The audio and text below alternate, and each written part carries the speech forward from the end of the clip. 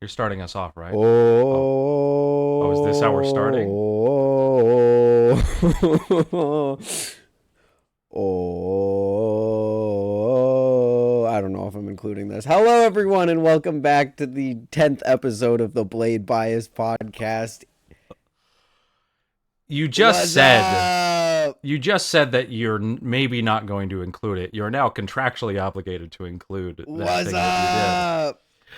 What's Blade up? Show, a place where Blade blades are Show. made and sometimes they suck. But that's a topic for later in the podcast. Widowy. It was five Widowy, we seconds went. in. You called it. It was five Widow, yeah, seconds in. okay, yeah, Widowy Pyro. That one's just for you, Widowy. sweetheart. Blade Show has come and gone, and we had experiences And in the so have previous I.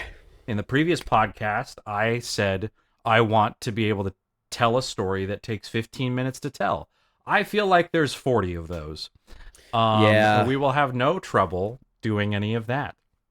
Blade Show 2024 was far and away the biggest and perhaps the best within the Balisong community that I've ever seen, and this being my fifth year having gone to it. It was incredible. We It did lots of was. things. We saw lots of people, flipped lots of very cool and very interesting Balisongs that we'll talk about in the near future. Bally Comp was kind of crazy. A little. Discussions about bread Widowy. were had, and conclusions sort of made, but also not really, about certain Balisongs. Not widowy. Not widowy. No. Can that be actually the rest of the podcast? I will talk, Yes. and you And will I'll just just add confirm widowy. if it's widowy or not widowy.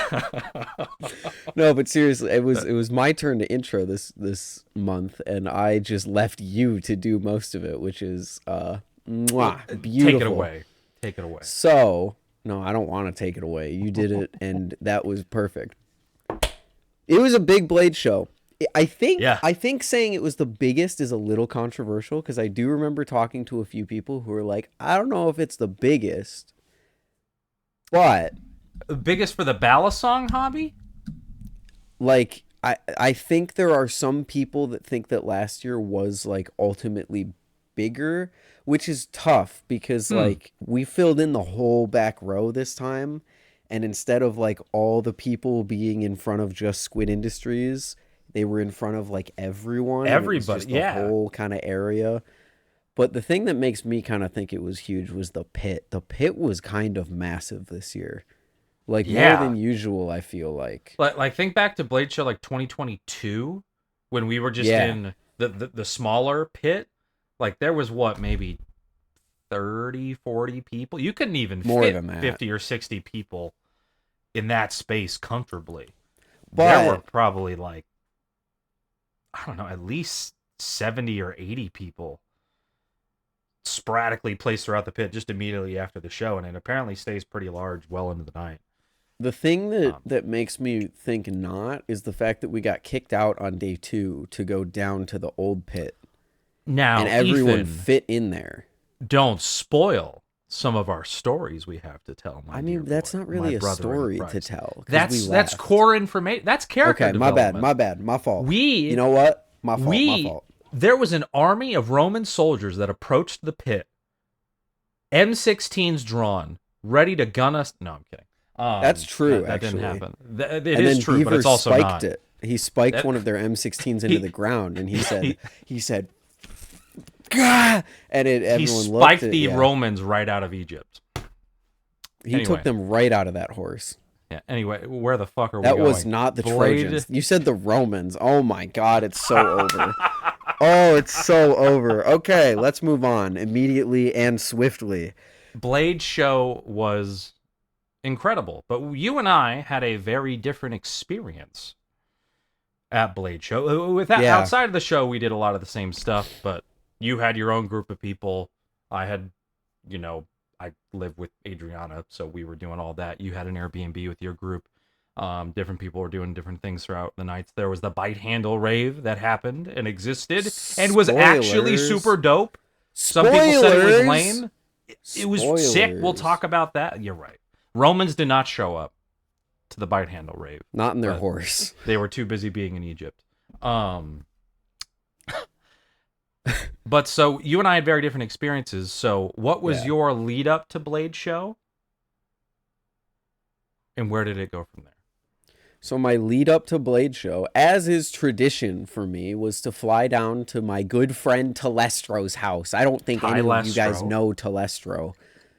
He's Nah. a small underground music producer that is my friend, and I love him. But then we That hung is how out. he would identify, yeah. Yeah, and I hung out with his cats, and they made my nose very unhappy, and they made No, my I'm throat also very allergic to unhappy. cats. But they were We're like that cute, one. and one of them refused to not sleep with me. So like my clothes were infested with cat hair basically the whole weekend. It was great. This is the first I've heard that you had this much trouble with the cats. Yeah, really? I thought I Yeah. mentioned it at least once before. Maybe you did. The whole show was a whirlwind for me. Cats, I can build up a tolerance to them after like a day or two, but the first night was awful. Sucked. But All part Ron's of the cute. plan. Yeah. And then we drove from Florida to Georgia for Blade Show in the car, which I didn't really do anything because we went. Ty's girlfriend was there, and they mostly drove the whole way up. How So sweet. that was that. And then we showed up, and it was Thursday night, and then it was pit day 0. So like, you know, Yeah, that was the first time I had ever been to the pit on Thursday specifically.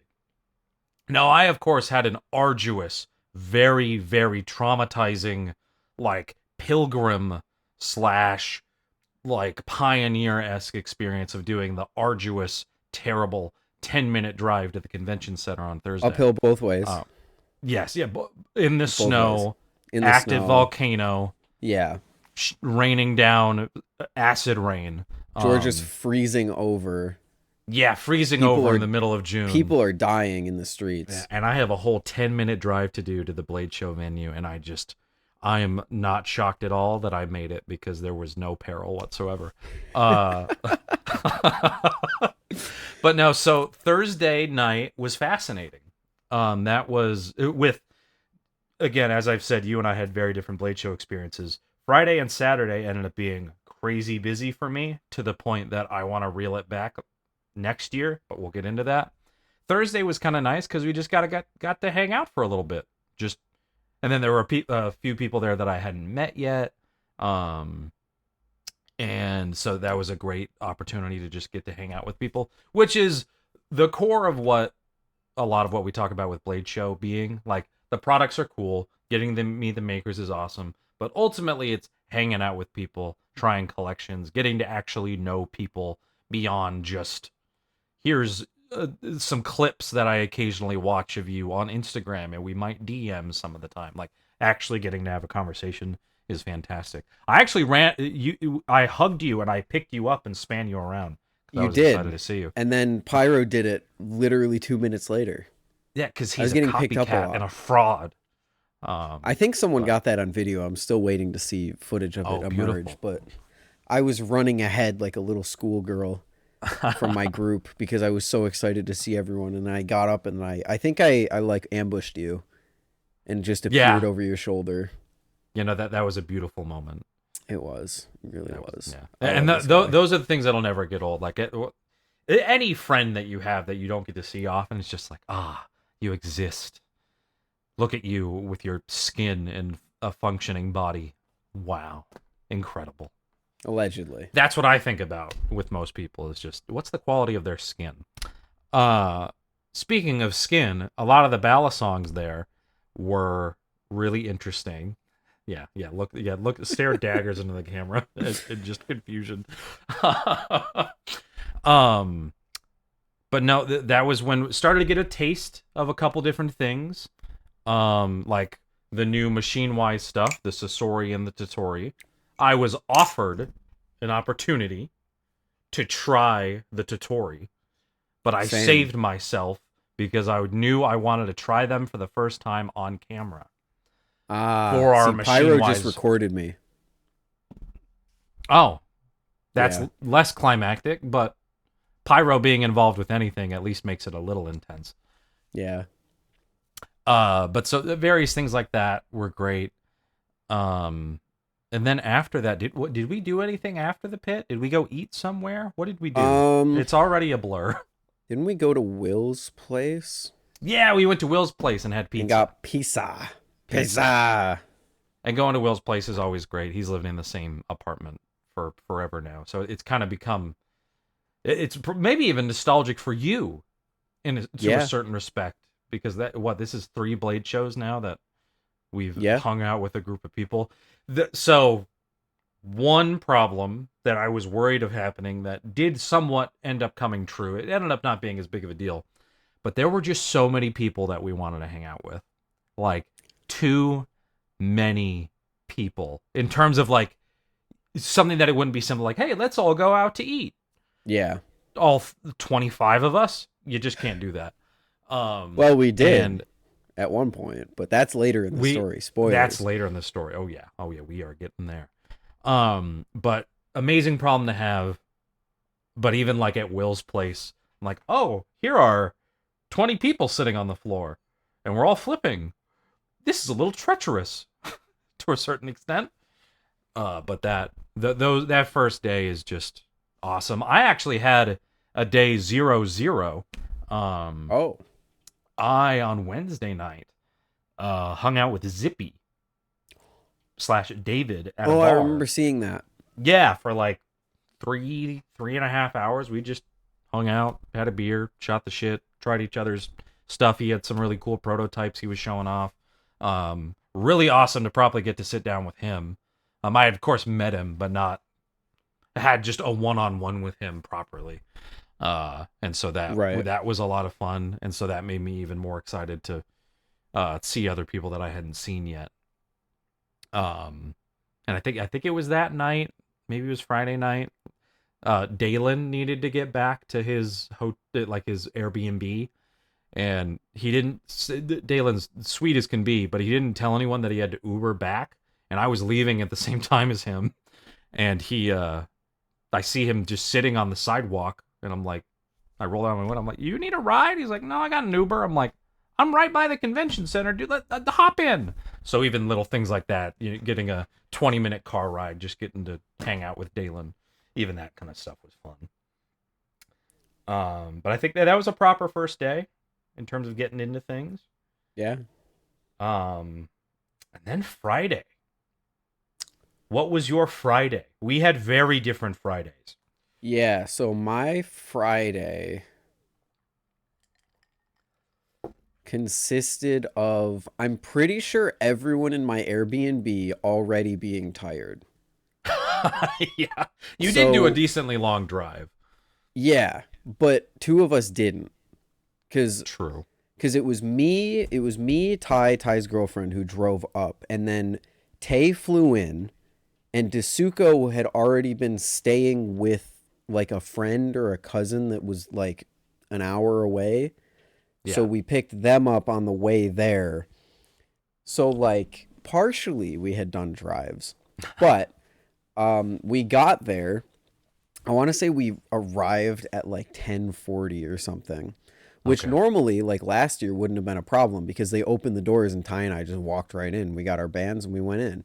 Yeah. But this year, they decided, for the first time in Blade Show history, at least in my Blade Show history, that they were actually going to organize the line coming into the door. Yeah. Which spanned about a mile down the freaking road across this bridge into like a parking garage. So the first hour of Blade Show, we spent taking a leisurely stroll a mile away. And then since the line was going fast enough, a leisurely stroll right back. So that was fun. I saw a long line. But it was just the line to get in to like the early bird people. And that line wasn't crazy. The stuff I heard about the line that like wrapped around the building was insane. Because we were there at like 9:30. And then like filmed a little bit of stuff at the beginning. But yeah, the stuff I heard about just the line was wacky. I weirdly, like, despite we have media passes, we weren't let in until like 10:20. They didn't let us in like immediately for some reason, which was strange. Will got in, but they kept telling me, no, hey, you can't go in yet. that was weird. But anyway, continue with your Friday. And then we got in the show after a long time of being outside in the sun, carrying my giant case. Yeah, And your it case was was, huge. You want to talk about yeah. your case real quick? Um, so my case is currently staring at me from over off camera. Yeah. It is a Pelican 3800, and I have it configured to hold 64 songs, and it was filled with about maybe 45. So it's the kind of thing where you pick it up and you're like, oh, this is maybe 15, 20 pounds. I can carry this. But, And then reality sets in. if you hold your arm out with a 1 pound weight in it, eventually your arm's going to get tired. Yeah. And your arm, Yeah. or more specifically your shoulder, I should say, definitely gets tired with a 15-pound balisong case to have to carry around all weekend. That was fun. But we So got you're in the sun, Yeah. already strained emotionally and physically, but you get I in. mean, not that much, but we get in. And I'm excited. I kind of break ahead of the group because I'm beelining it. Blade Show is so crazy because, like, you get in and you beeline for four different things. In my head, I'm thinking, okay, I'm going to find and pester Will and Brandon because that's just my job. I'm going to go to Machine Wise to try the new stuff. But I'm Yeah. also going to be on the lookout for anyone who wants to stop and talk, since I made it clear in videos leading up to Blade Show, if you see me, come talk to me. Don't be afraid to come talk to me. Which means that even though I wanted to go to Machine Wise immediately, it took me about an hour and a half to get there. Which is crazy because for those that don't know, or like the layout of Blade Show, that's a collective, like from the entryway to Machine Wise. If you were to walk, not even a straight line, like the L that you'd have to walk to get there, is maybe a collective Minute, like 500 feet, maybe. 45 seconds of walking. Yeah. And it took you an hour and a half to get there. Because you would see someone, they go, oh my gosh, yo, dude. And you'd stop and talk to them. And then a small Yeah. circle would join. And then you're like, okay, I got to break off. And then you break off. And then 5 seconds later, something else happens. Yep. And then a maker flags you down from behind their booth. And then you realize, oh shit, Zippy has a booth. I got to stop and see this. Yeah. And then suddenly it's 5 o'clock and you haven't been to record your Machine Wise first impressions yet. And then you go do that. Yeah. So for those that don't know the layout, weirdly, mostly because of Squid Industries, they ended up in a specific corner one year, and then that wall kind of became the Balisong people wall, and so Squid Industries was like a collective, like just their booths, I stuff think. was like 4 or 5 booths. So that was like half the wall was just Squid Industries, but then you had Jerry Hom and Zippy, and then you had Machine Wise so Hybel, and then Machine Wise, and then EPS. So that whole wall this year for the first time was all Balisong makers, which was really cool. And then across the way you had Acid Works, and Cerrone, and Fellowship Blades, and Shop Soet in general. And so JK Design. So it kind of forms this like Balisong alley that people like. I probably 95% of the time I was on the Blade Show floor, I was in that area. Like a collective 200 feet area, I was going back and forth between the entire show. Same. But no, I believe it because there's so many people, and it felt particularly packed. So I guess I'll get into my early I want to side hear of that. about your early Friday. Yeah, and of course we're only an hour or two into Friday. But so we get there. Saw a couple people outside the show, got some footage, eventually got in like 10:20, 10:30. I start checking out the booths and getting some preliminary B-roll, saying hi to people, like saying hi to Paul and Grant and Lucas, and and we had to do some pre-production stuff too, figuring out who we were going to be making videos with, because we had 5 main videos we were looking to shoot. 4 of them were like booth videos, just checking out various companies' new products. That was Squid Industries, Jerry Hom and Zippy, because they had the same booth, their one video, Machine Wise, and EPS. And then we also had we're doing a big like community highlight video where you were even interviewed for that video, but that's just going to focus on everybody in the hobby, the makers, the content creators, the flippers themselves, like just everything. But so we get in there, and we're mingling with different people, and then at like 10:30, 10:45, Will comes to me and he's like, "Hey, like they sold, like everybody that wanted stuff from EPS right away sold their stuff. Um, before people come in, like at 11 o'clock, let's knock out the EPS video," which I was immediately Oh, skeptical of because I'm like, okay, well that video is gonna take a fair bit of time, and it's like 10:30, so unless we can bang this thing out in like 25 minutes, we'll see. In short, it took almost 2.5 hours to film that single video. Because we had a variety of delays. Like even like when people come in at 11 o'clock, they have a guy on what's the thing that's played? It's like the bagpipes. Comes in on the bagpipes to like announce the opening of the show. This was at like 10:50, 10:55 or something I like didn't that. know that. And played on the bagpipes for like 10 minutes. So we had to take like a 10-minute break because we couldn't get good audio. And we have like That's some so pretty damn funny. good equipment for getting audio, but it couldn't overcome that. We did a great video with EPS. It's out now. You can watch it on the Will Hurst channel. But that video took a really long time. And my initial plan was from like 10 to 12, just hang out with people, just chill Yeah, out, you posted that in meet your story. people. Yeah. And that was the intention. And the hope was that the EPS video wasn't going to take a ton of time, but then it did take a ton of time. And then we get to like 12:30, and it's like, okay, we only have 5.5 hours of the show left because it ends at 6 o'clock. And so we just had to hit the ground running and go directly into shooting video stuff. Thankfully, this year, Machine Wise let us make their booth like our home base. Historically, we got locked into a specific corner right by the Squid Industries booth. And I think that ultimately, for better or for worse, led to less fan interactions overall because we were able Yeah. to retreat behind the booth. Because I'm changing batteries. I'm balancing my stabilizer. Swapping lenses. Charging things up. All that stuff. Um, but I definitely didn't get in the fan interaction that I wanted at the beginning there. And I Right. don't think I even saw you until like we were filming the Machine Wise video, maybe.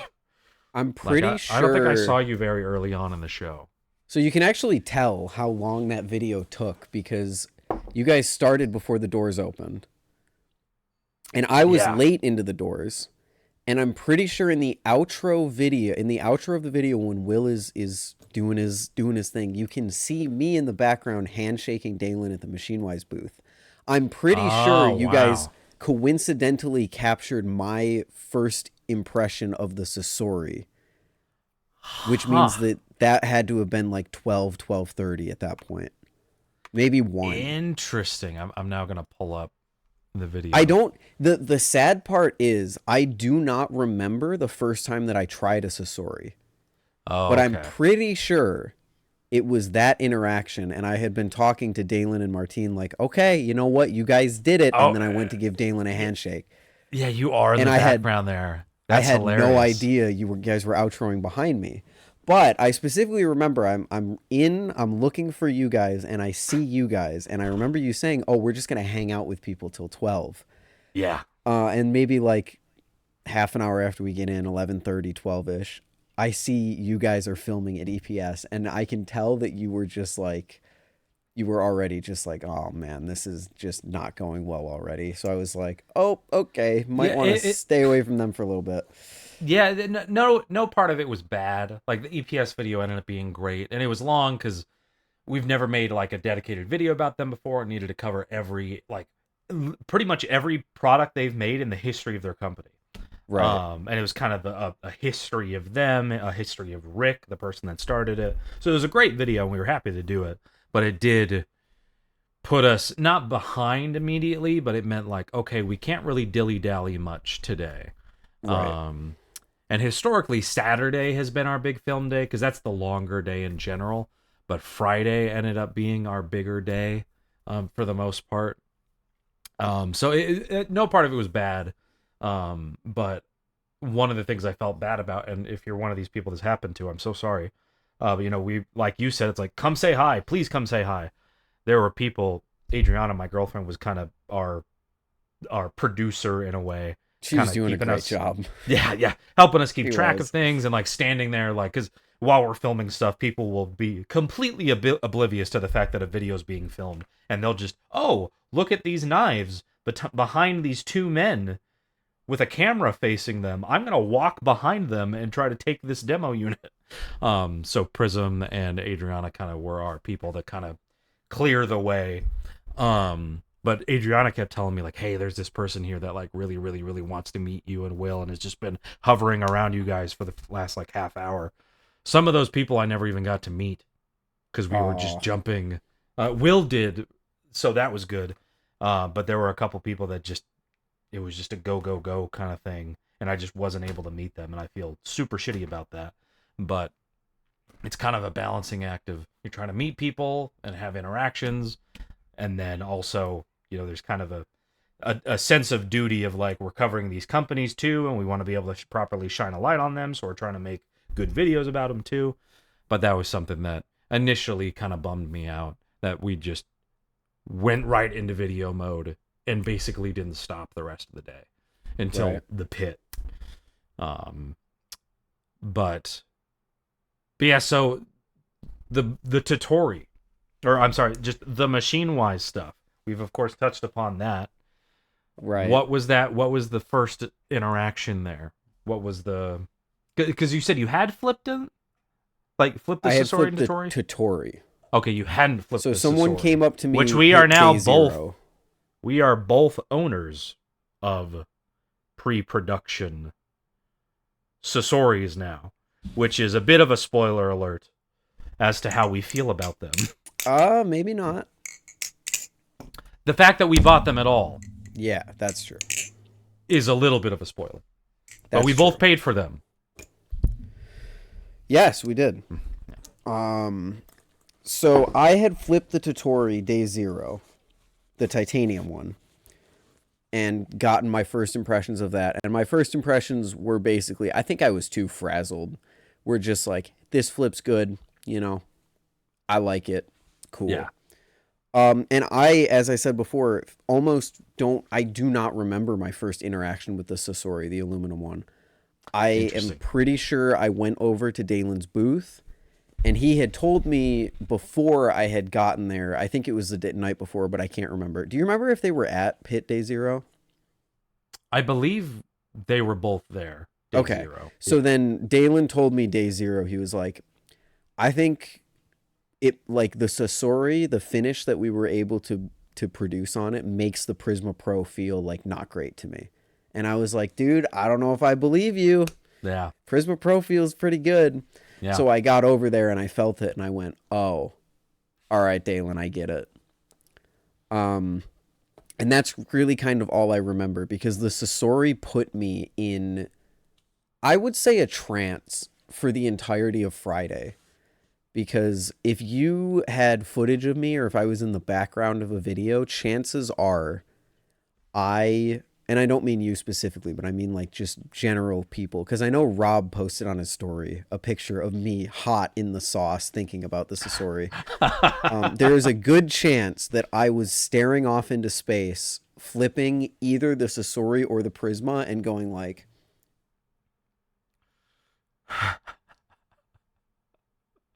It's like the what is it, the Hangover meme where he's just staring at yeah, everything and you have all the data flying at you. Yeah. yeah. Yeah. So that was me, because I just could not figure out what I felt about it. There were so many, there's still, like, to this day, it's probably one of my most conflicting ballad songs that I've ever had to cover, Yeah. or that I've ever gotten to cover, because, like, even, gosh, I bought it on the 8th. We are now on the 20th. I normally take a week to figure out ballad songs. We're almost 2 weeks in, and I still don't really know how I feel about it. From what I understand, though, having watched your episodes on Blade Bias, that's not a is this good or is this bad kind of thing. Right. It's more specifically, do I like this more than the Prisma Pro? Exactly. Yeah. Okay. Exactly. So it's like you But like even it at a baseline, even just but like it's a matter of base how much you like it. opinions, I'm like, some days I'll pick it up and I chaplain it and it just doesn't chaplain very well. But then other days I Yeah. pick it up and it chaplains fine. So it's like I am also trying to get that baseline understanding of it redone. But for the Yeah. purpose of the podcast, which is talking about Blade Show, my first impressions were very, very good.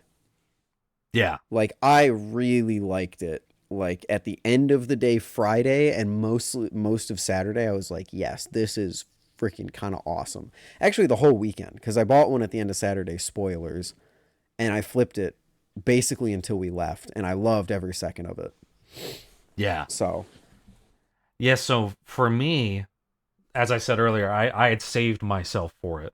And it was actually the first video that I kind of co-hosted for Blade Show, which was our video with Machine Wise.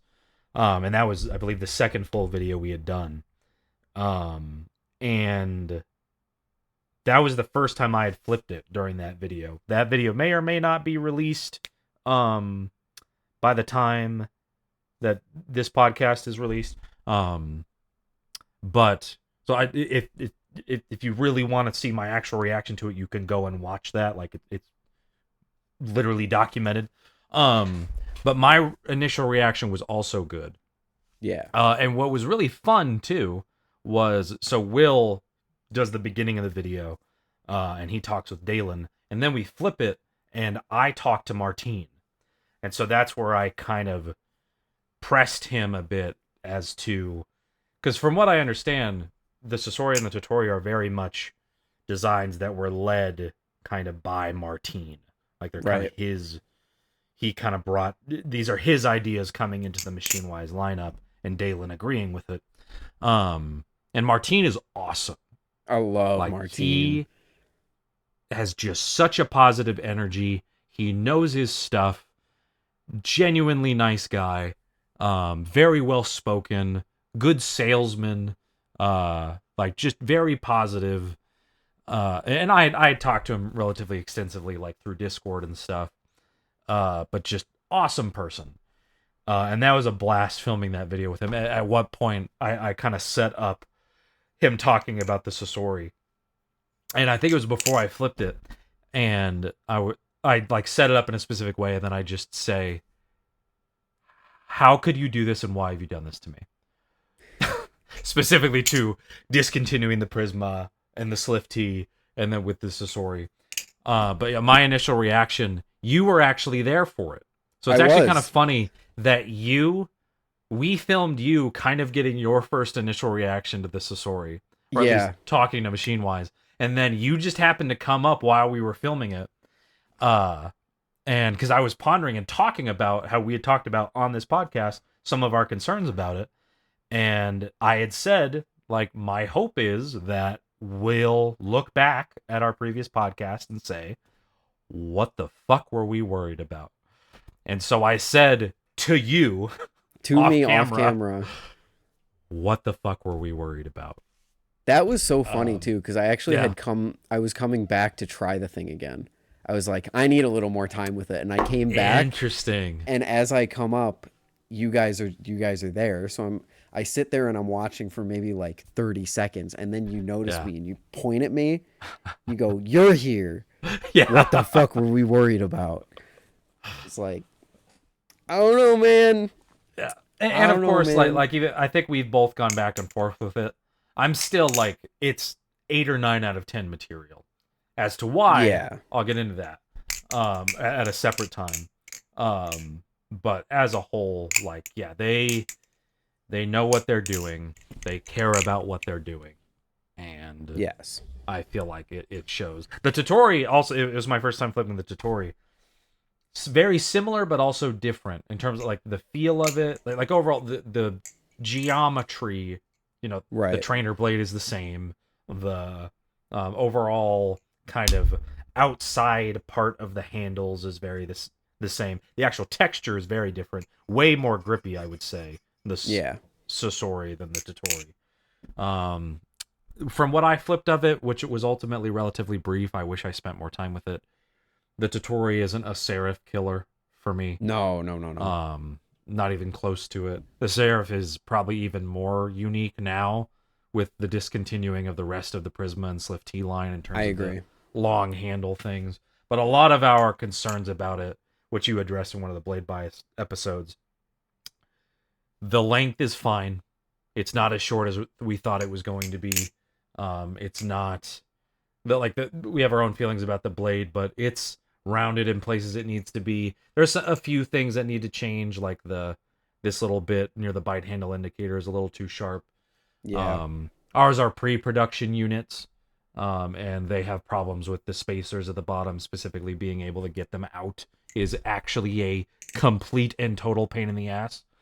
But we knew that going into it, and they told me they were going to send me like a proper production unit. But that I got to have my moment of, for the first time, paying for a Machine-Wise product. That's crazy. Which sounds insane, and it's a representation of how grateful I am to have access to as many things as we do. I also am I'm so grateful for so many things. I don't need to get into what I was about to get into. But yeah, I got to have that sweet, satisfying moment because a lot of it, at almost every every turn, I have offered to pay for their stuff, and Right. Galen hasn't let me. My Prisma V1, the Prisma V1 Live Blade, the Prisma Pro. I'm like, I will pay for it. Just let me know where I need to pay for it. He's like, no, we're gonna send it to you, and so he couldn't stop me at Blade Right. Show. So that was a very satisfying moment for me. And as of right now, I'm glad I bought one. So am I. I think it's been fun to mess with it. Ultimately, I don't know if I will end up keeping the specific one because I would prefer to have a full production one. Me too. Yeah. Which kind of sucks that this is the Balisong that I chose to engrave with Blade Show 2024. That's true. Maybe that'll help its resale value. I don't know. Yeah, I think the Totori you mentioned, the Totori is my clear like a Slifty killer. Quite honestly. Okay. I flipped that. I don't even think about the Slifty. I really like the Totori. Wow. Again, not a Seraph killer. I prefer the Yeah. Seraph in 9.9 out of 10 times. Yeah. It's just that the Sasori, it is ultimately a tough decision. Do I think this flips as like all around good as the Prisma Pro did? Yeah. But overall, the feel of it is great. It feels great. It looks great. Besides the trainer blade, which I will stand by, I still don't like. I don't hate it as Not much as I did. Not my favorite Mostly thing. because I very much disliked the previous version where these weren't actual cutouts. I did tell Martine before we filmed, because I wanted to prepare him, I told him that might have been one of the ugliest trainer blades I've ever seen. Can I say something crazy? Yeah. I agree with you. I hated it when I Okay. first saw it. Yeah. But now having flipped the thing and looking at it now, I kind of wonder what it would look like if it came back. Interesting. I do. Like, 'Cause you the wonder what it reason- would look like or what it would flip like? Both. Okay. They Machine-Wise seem like they told, I think they told Pyro, who then told me that they flip exactly the same with the cutouts and Okay. without the cutouts. So the look of it, I'm kind of wondering if I hated the look of it so much because I thought it was going to flip terribly. So like now with this, having this in hand, if they reverse that, I wonder. Ultimately, I don't want them to because both of the trainer blades I don't really care that much about. But Yeah. You know, I am I think interested. the live blades look sick, and I Yeah, would I agree. vastly prefer having a live blade on this than the trainer. I like the haven't profile. flipped a live blade Sasori with the trainer, so that's still a question mark. Ultimately, I'm sorry, Okay, a Sasori live blade with a trainer. I haven't flipped a Sasori live blade. gotcha. But so that's still a question mark. But for the trainer, I've seen a lot of people talking about. We don't have to get too in depth with this, but you even talked about it in your Blade Bias episode. like that it has a shocking amount of tip weight. Yeah. But then some people I heard saying it doesn't have enough tip weight. I'm not good enough to tell the complexities of tip weight, but you specifically compared to Volt Pro. One thing I wanted to point out is in terms of how much weight it actually has, it's pretty thick throughout. Like look at Yeah. like the lines on the Volt Pro, the thickness of them versus the Sasori. It's got a this is a that's what she said moment. A pretty solid amount of like thickness throughout it. So I think that's what ultimately contributes to it having just a good weight distribution across the blade. Yeah. I because it's the same with the Prisma. You look at the Prisma and you're like, where's the tip Yeah. weight? But it has enough. Yeah. So in short, we really like it. Ethan has dedicated videos on his thoughts about it. We'll definitely be producing some kind of review. Since I reviewed the Prisma and the Prisma Pro, I may be the one leading like a review on the Sasori. But we'll see. Ooh. And that'll probably be in my more chill kind of format. But overall, machine-wise are great people, and very much enjoyed their presence at the show because this was their first time having a truly like proper booth that wasn't one of the smaller tables. Yeah, it was great. And so it was really good to get to make another video with them because they weren't at Blade Show 2023. They just had stuff for people to try at the Shop Soet booth. So that was awesome. In terms of your day one experience, what was your thought on the Squid Industries booth? Squid is being goofy as Squid does.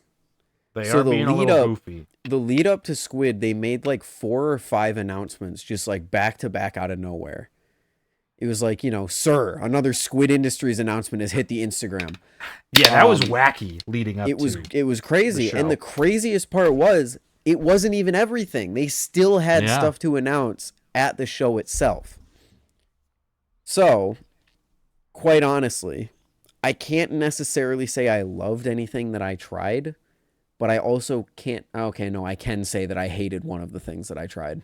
Yeah, I know what that is. We Yeah. can talk about that later. But like the big premiere thing was the Squiddy XL. One of the first times that we've seen like a huge. I know you were showing it off just now. Yeah, One it of the is first times that actually- we've seen a giant Balisong be produced by an actual company. I believe it's 2x a normal Squiddy. Like they just took all the dimensions and 2x them. It's cool. The thing is cool. I I have would have been loved weirdly, to buy one. I have been weirdly drawn to flipping it. Yeah, The sound. dude. If you do an ice pick on that thing, it's actually Yeah, bouncy it's- as hell. Hold on. Yeah, like it bounces. I can't hear it Yeah, because like- Discord, but it bounces. Yeah, no, it'll come through the podcast recording. Yeah, this for $200, too expensive. We got Yeah. it for free because we're gonna make content on it. $200, too expensive. It definitely probably could have been cheaper. But having something like this that's buyable and is even a lot more affordable than a lot of the other big stuff that you can buy. Right. Yeah, it's pretty wacky. But they had a lot of them. You got stands with them and stuff. Yeah, this is wacky, but you can flip it. And You the fact can. that it's as light as it is, like you can do the flippy do. Like, so that was crazy. But yeah, in terms of other stuff they had there, I actually spent very little time at the Squid booth on Friday. Like I did as well. looked at what they had. Friday was not a booth day for me. Yeah, we jumped right into filming. We were gonna film our Squid Industries video with them on Friday, but then we ended up going long, getting lunch, and then Lucas, he actually had a panel where he talked about business, Balisong development things. I didn't go to it. It would have been cool to go to. Would have been very cool. It would have been cool to have had the time to go to it. But yeah, so yeah, in terms of stuff they had, we can dive into it separately because I know I spent a lot of my Sunday was actually getting to properly kind of sit down with some of their stuff. But they had the Mako Right. V5, they had the Flytanium collaboration, the double-edged Crackarakin. Mm-hmm. If you want a deep dive of any of this, Will and I made we have a video that I edited on everything that Squid Industries had. That was new, at least. The production Hydro, the Which technically uh wasn't a release, but no, but it was the first time they had production ones at Blade Show right. after what, 3 years of years teasing it. of, yeah, which we pressed them on in the video, like I was happy to what's see you going on. take a few shots at that with the way you were Yeah, no, like that was actually 2023 at the latest, Lucas. yes, yeah, that I made sure to run that home through the the edit. And then from a producer side too, that's often in terms of behind the scenes stuff. That's where I'm coming in and like thinking of those kind of more pressing questions, like pressing them on like why the Mako V5 is still on washers. Like that was something I'm like, hey, let's press them on that. Let's figure out um why. And ultimately it was just price. We can make them cheaper, and the Mako's meant to be cheap. So that's the best we can do. That's an answer, I guess. Yeah, the whole should it be on bushings and should it not has just been it's been skewed by the Chinese market for sure. Yeah. But I can't that's even a whole say that I separate even conversation. care. Yeah, there for things at a certain price, like sometimes I would prefer it to be on washers because that can make it a little bit easier to tune. And with something like a Mako V5 that you're never going to be able to customize in any meaningful way, outside of blade inserts, maybe like when you're not having to disassemble anything over and over, you can just Loctite it and be done with it. Like whatever. And even Squid Industries bushing tunes aren't even anything to write home about. So it's like, how different is the washer experience anyway? I'd say I had better luck with my Squiddy AL than I have with my Kraken trainer. Yeah, yeah. Um, they have the Wii Hot Kraken, which unfortunately I don't think I flipped 1 second of the Wii Hot Kraken. Oh no. Yeah. And so, because everybody talked about last year how it's the absolute best version of the Kraken. I don't think I did literally any of it outside of getting some B-roll of it and opening it and closing it. I spent no meaningful time with the Wii Hot Kraken, which was a bummer. Or the dual edge one either. So I did not get to try the amount of stuff that I wanted to try this year. Right. Not even close to it. A couple of the major ones that I mentioned in the previous podcast, I did get to try. But there were a number that I knew people had, but the stars just never aligned. But yeah, their booth was crazy though. It was they had huge. The ProTech collab. The ProTech collab. Did you mention that? I did not. What are your thoughts on the ProTech collab? It's the worst ballad song they've ever made, bar none. And again, it's not. I get it. It's not supposed to really be a flipper. It's more for the EDC crowd. But it doesn't change the fact that it's the, I would say, objective worst Squid product they have ever put out in terms of flipping. I don't think there's anyone who could really argue that. Yeah, it seemed, even Will was like, this doesn't want a fan, like, at all. And Lucas even said, like, they need to go back to the drawing board. But it's also, like, that kind of collaboration. Like, it literally has screws designed to add a pocket clip. Right. So it's really not meant to be like this top tier amazing thing. It's ultimately meant to be, here's a historical company that, like, the design, I think he said it originated or was last sold, I don't remember which, but like 2012 was, I think, the last time it was like actively sold. And so it's meant to be kind of a historical thing. Even the double edged like Flytanium collaboration, like Lucas was like, I imagine that all of them are going to be double edged. Because that just feels like the most proper way to do it. And it feels most in the spirit of what it's trying to be. Right. So I respect that. But yeah, it didn't flip good at all. In almost any way. No. Like I think Will said in the video, like, it carried momentum okay in the handles. But even, like, that was the most that could be said about it. But that blade just isn't doing... That I don't even know how you would make something that could flip. I don't think you could with that blade, unless it was plastic. Yeah. I didn't flip any more of the Madco this year either. Oh, I did. I don't like it. Really? Yeah. Okay. What? Yeah. Because I remember you thought it was at least okay. Right. Last because year. What did you not? I think it's just because last year like titanium balisongs are kind of heavy, they're kind of slow, they're kind of handle bias. That's kind of how it goes, you know. But this year, there's so many other titanium balisongs that don't feel like that, like the Zyzix, like the Totori, like the Seraph. There's Yeah. like titanium doesn't equal heavy handle bias slow flipper anymore, and the No. Madco was just like the standard squid handle bias, but like kind of heavier and kind of slow. And I was just like, I just don't enjoy this. I think my tolerance, honestly, for like the classic like squid handle bias has kind of run out. Because I remember flipping Ty's Mako, another balisong that I historically liked, and I was like, this just doesn't do anything for me anymore. Hmm. Ironically, the Nautilus is the one thing that I have flipped from Squid this year that I liked more and didn't dislike more from flipping it, Okay. but it still Okay. didn't do a whole lot for me.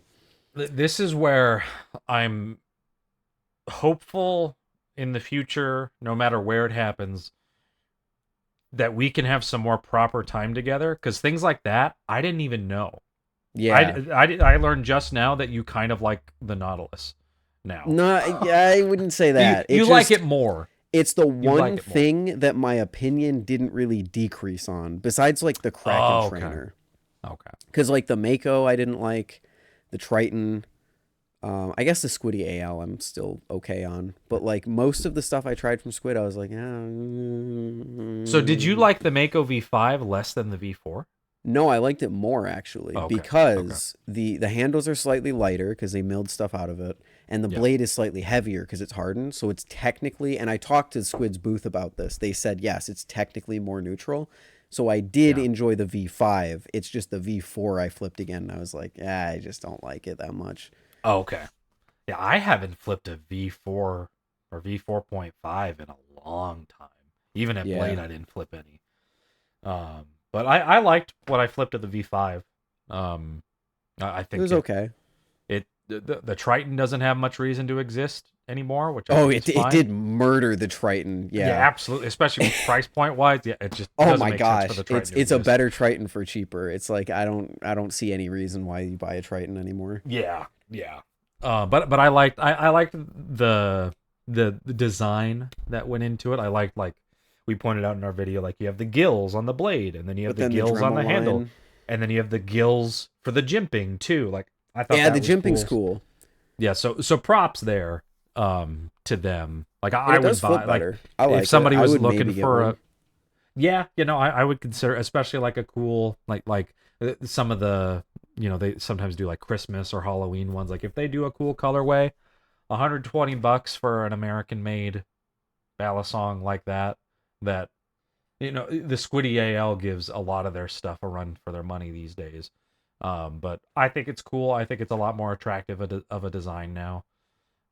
Yeah, So I would have loved for it to stay the same price. But even I've been looking at as people have discussed the pricing of different balisongs and stuff. I've been looking at just how hard we've been hit by inflation in the last like 3-4 years. And when the Mako V4 released for $100, adjusted for inflation, the Mako V4 should cost $116. yeah, it's So rough. $120 for a higher quality Mako V5, when you adjust for inflation, isn't the It's most the same ridiculous thing in price. the world. Yeah, Yeah, yeah, pretty much. Even like when you look at stuff like even like the Nautilus V2, which came out in like 2022, it's like that's lost like 10% of its value from an inflation standpoint well, it's lost a just lot since they more just released from the it. secondhand market, but we don't have Oh, to talk oh, about that. we don't have to talk about that. Yeah. But no, overall, they're adding more and more stuff to their product line, but I think it's definitely time to trim the fat. So if they get rid of stuff like the Triton V2, I like, hope to see the Triton discontinued. I really would. yeah, My one problem with their stuff is the bead blast just kills me. And I know it was more yeah, like it's going to be grittier than normal because people are touching it and it's dirty. But yeah. like I really wish they would do a different finish, at least like an alternate finish that you could. I'll pay $5 extra for a different finish or whatever you want to charge me. I wish more companies would sell their shit raw. Yeah, Like a raw, untumbled Mako would be sick. Yeah, It's the same as like I don't have it next to me. I thought I had it next to me. Like the Squiddy AL looks really cool because it's so it's shiny, sick. and It's it's dope.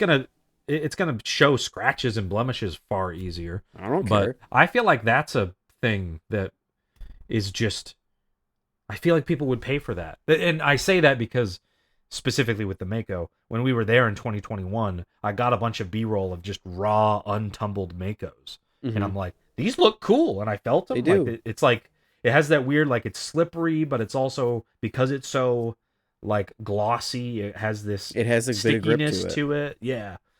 I would do that. Um, but maybe Did you that's see just the me you see the saying. teal Squiddy ALs they had there? Oh man. Those were sick. Oh man, I almost Yeah, bought one. I those didn't credit actually where almost credit's buy one, due. but Of course, anyone can take my squid opinions with a grain of salt, due to the collaborations that we have. Speaking of that, the Squiddy WH being on the Blade Show floor, really, really that was cool. pretty cool. That was cool. And there were even people that bought them too. Like they came up like, "Oh yeah, I just got this." I'm like, "That's the Squiddy WH. Hot damn, you bought that right there. Cool."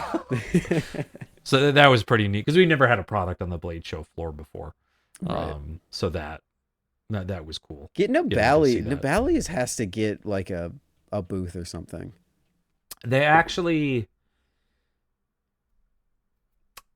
I can't dive into details of that. That's too sensitive. That is a thing they are exploring and Okay, have because they talked to should. us about. I don't know if it would happen.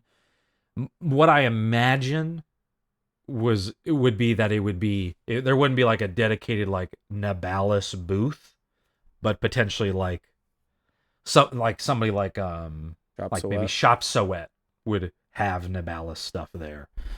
Um, but they did. I actually just recently had my first voice meeting with them, Oh, uh, and I guess there's potential for them to want to come to an American Blade show. They expressed interest in that, so cool. that could be really cool. Because even like one of the LDY people was at the show this year. Yeah, Will Zhang. Yeah. So that was really neat. So that would be a wacky Blade show has potential to get even crazier.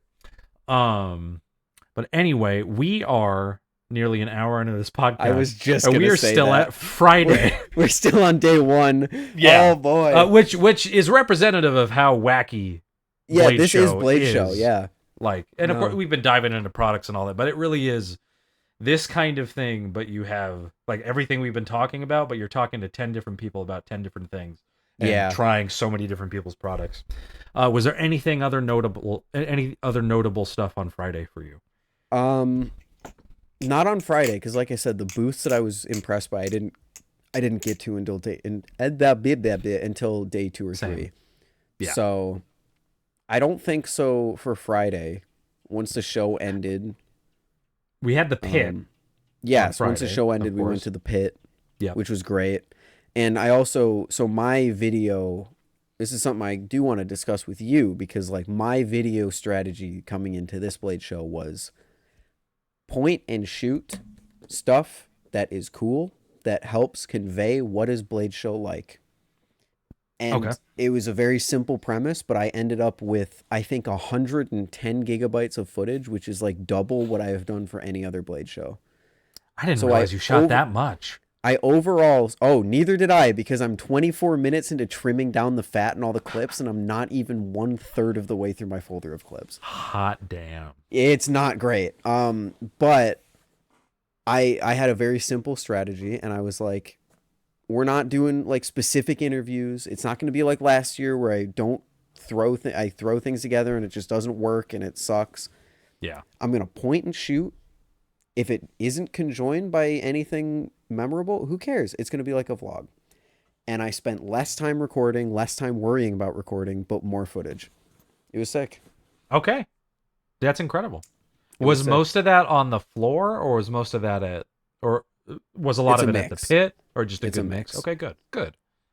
Because the reason I bring that up is because I remember notable things that happened at the end of the show was I was interviewing Pyro right as the show closed, and a woman came up and was like, "Guys, you got to get out of here. It's like 6:15. Like you can't be here anymore." And we all took out our phones and looked, and it was only like 6:05. So I think in the Oh. background of me interviewing Pyro, you can hear people like, "She lied to us." Like, man, that's so stupid. Like, I just thought that was funny. And there was some concerning stuff that I heard in terms of Blade Show staff having issues with specifically Balisong people. Uh-oh. Um, include I think a couple people had like their passes revoked because they were flipping in like the common areas. Really? I didn't hear anything about That that. I don't know. That's I've heard of that. I haven't seen confirmation of that. I just heard that happened, and maybe it Okay. wasn't. Maybe it wasn't. It was because they were flipping. Maybe it was some completely different reason. But there were a lot of flippers this year, especially There like were. in that main Balisong alleyway. But yeah, Friday was great. We went to the pit afterwards, and that's when we really started to feel there's a lot of people here and a lot of people to talk to. Yeah. And then after a day of filming where we're just kind of go filming, finally getting to sit down and just chat with people was great. But then when you have 20 people to chat with that you really want to chat with, uh, it just turns into a bit of an experience. But I thought it was great. The Right. pit this year, people interestingly in 2023, people mostly focused to the middle of the pit. This year, people just kind of scattered on the outskirts of it. Well, because remember there was a restaurant in the middle of the pit for one of the days. Yes, there was, and there was like seating and stuff, but this year it was like roped off and everything. Yeah. But it's such a great vibe. Everybody, I actually got an interview for the community highlight video, just completely random person. He just came up and was like, he hadn't met me before. We had a chat. He was there with his friend, and he said some great stuff about the pit. I'm like, can I just like I say this because I have my Ronin, my camera on a stick on a monopod, and I'm like, can I just plop down my camera and like interview you and just Let have me you film say, you. yeah, like, can you say exactly that? That was actually really good, and he did a great job. But just talking about how the openness that people have with just, I will lay out my multi-$1,000 collection and you can touch anything you want. And most people just trust people, like even random people, like, hey, can I try your Seraph? Oh, yeah, sure, go for it. And I'd turn away and talk to somebody else. And Yeah, I'd turn it's back 2 minutes later and it's back in my case exactly where it was when they took it. right. It's like, Oh, I that's can't say I was exceptional. exactly that lucky, but with a case like mine, I will give people a pass. Yes, yeah, Um, your case, which was very very impressive, and you had a lot of fun stuff to flip, which we can get oh into in a yeah. bit. Um, but no, just the general vibe of it. We already kind of talked about it with Thursday, but Friday was when like most people were there. People that hadn't experienced the show had experienced it to some degree, Yeah. and so it was just hearing people's like just I love people talking about like, well, day one, what did you think? Did it meet expectations? Did it not? And that was really really fun, getting to experience that and just kind of live, me having not have been able, I just wasn't able to really have a proper Blade Show experience because we were filming so much. So it's like I was able to live vicariously a little bit through people and heard just some great stories. And Hmm. then there were so many people there that hadn't been to Blade Show before. Like you got people like that, like content creators like the Buffness and Disuko and Rob I was Heath just and gonna say, what Balisong about Bear people you and met? yeah, and so getting to meet them, every single one of those interactions was exceptional. Did not have a Yeah. single bad interaction with any of those guys, including 'cause we kind of forgot him when we talked on the podcast last time. I will now never forget to Den mention Den. Den Den. Okay, Den good. You knew exactly what I was Den. talking about. Den Den, Yeah. if you are watching this, your energy that you both put off and inject directly into people's bloodstreams is unparalleled. Uh, and He just there's one picture that I have that will define, I feel, everything that Den Den is. It was actually the final courage. day of Blade Show. Yes, courage. Courage. I actually, that's just going to be for us people watching the Yep. podcast. If you saw the Instagram story when I made it, great. Otherwise, you don't get to experience it. Courage. Maybe I'll post it down the line. But no, Den Den was just a nonstop. one of my favorite. I think it was on Friday, maybe it was Saturday. He came up to you and It was at just lunch. did he put his hand on your shoulder? No, but I think he Or got close. okay, yeah, he got close, but he just over your shoulder says, "Ovulating all by yourself there, beautiful." And And he it's would just manifest yeah, and say things and then go away. and it was so funny. But then when you actually talked to him, great. Like had some great conversations, Oh, very I down love to that earth guy. dude. But he just was on another level. Like even like I felt smaller in my role of like I can't dish out comedy so effortlessly like 1010 can. He really is.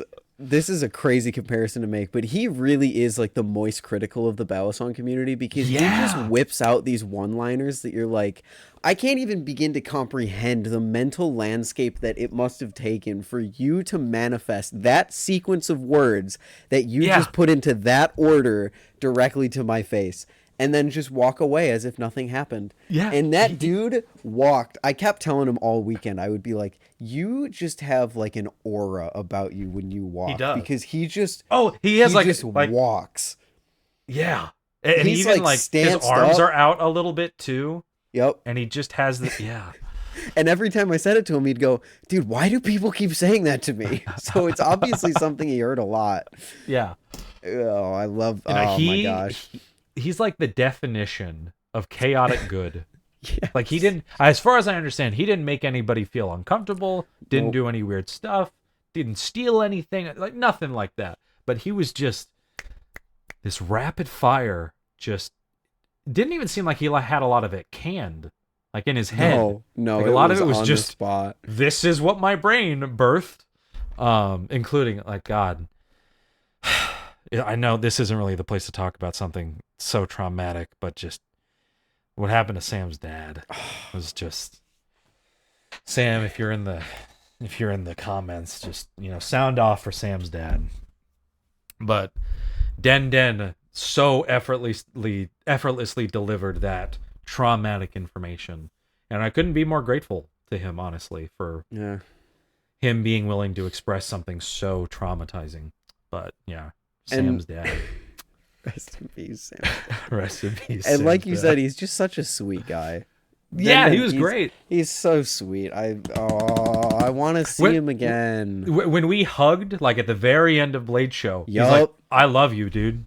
I Dude, love same. you." Yep. I'm like, "Holy shit, my god!" I love So, this yeah, guy. Everybody was fantastic. Friday night was that first proper night, really getting to like sit down with people.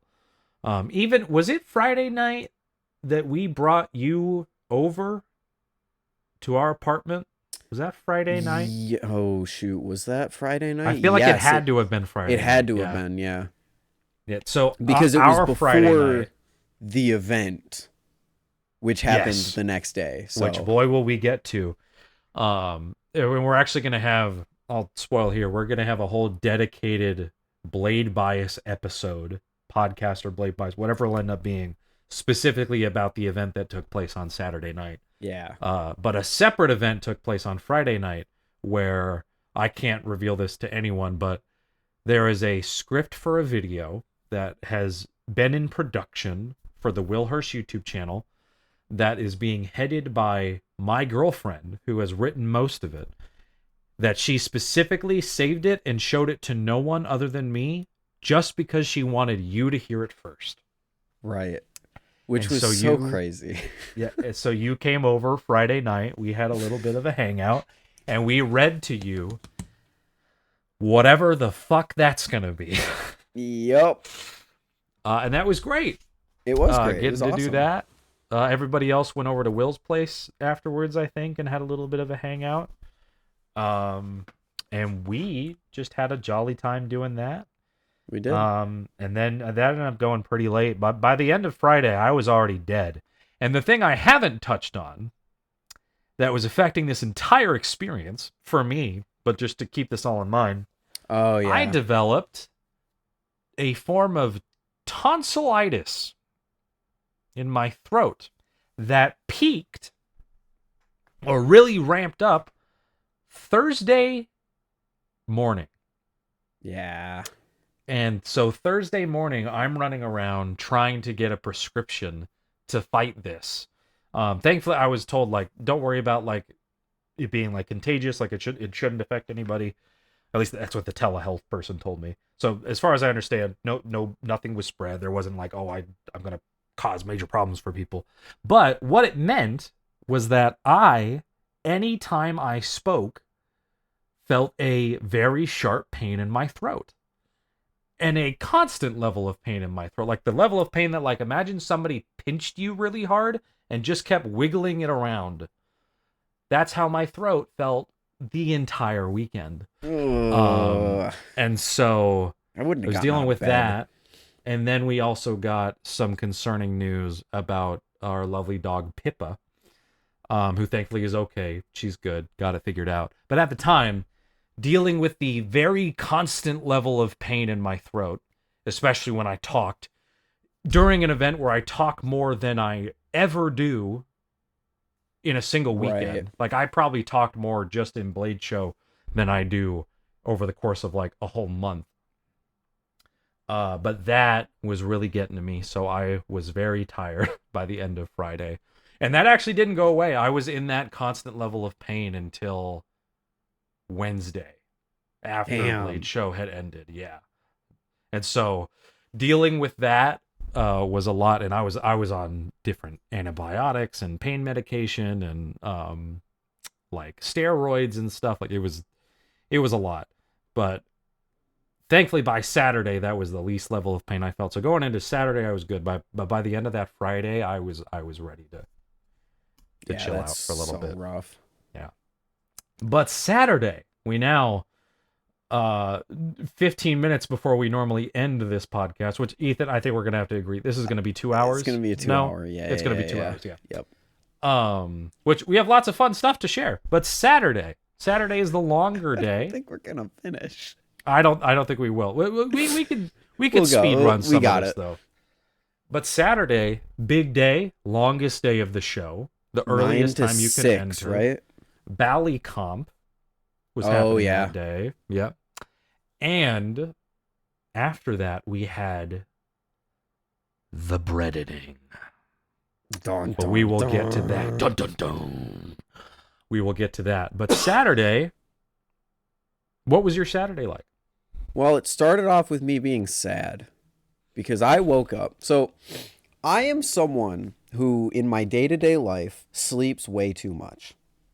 I'm the kid who sleeps in till 12 p.m. and you can't wake up before that. And then even when I do wake up, I'm tired. That's me. When I'm at a fun event like Blade Show, my brain locks the fuck in.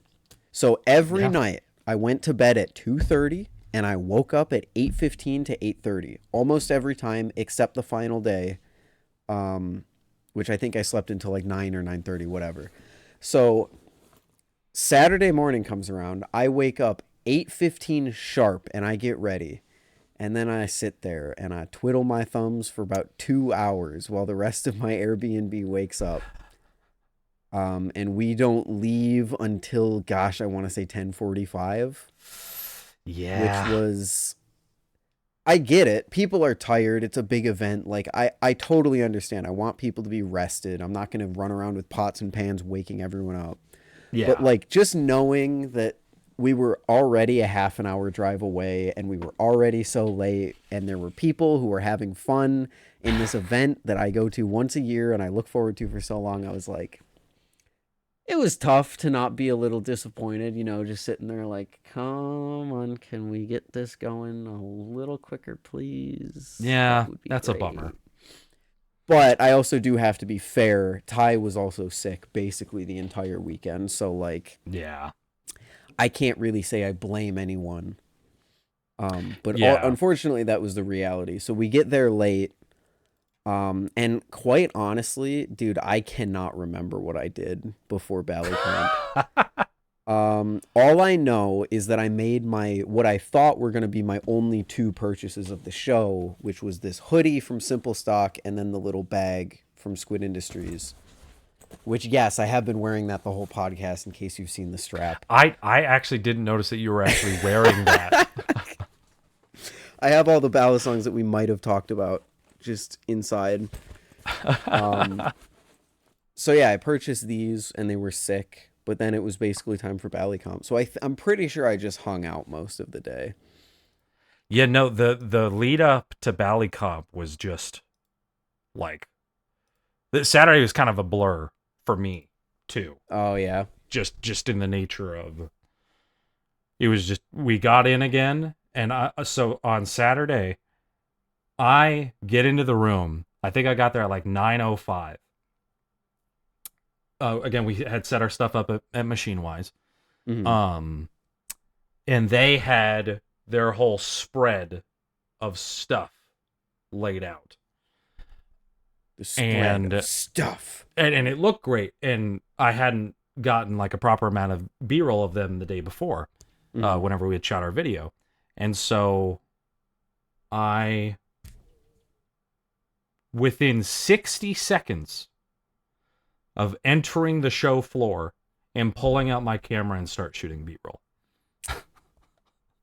And I didn't even have my Ronin at the time because it was still with Will, and Will didn't get there till like 10:30 or so, I think. And so, literally, not 2 minutes after entering the room, I'm shooting B-roll. And then it was yet again a just non-stop go, go, go, go, go. Because again, we had a lot of videos to produce.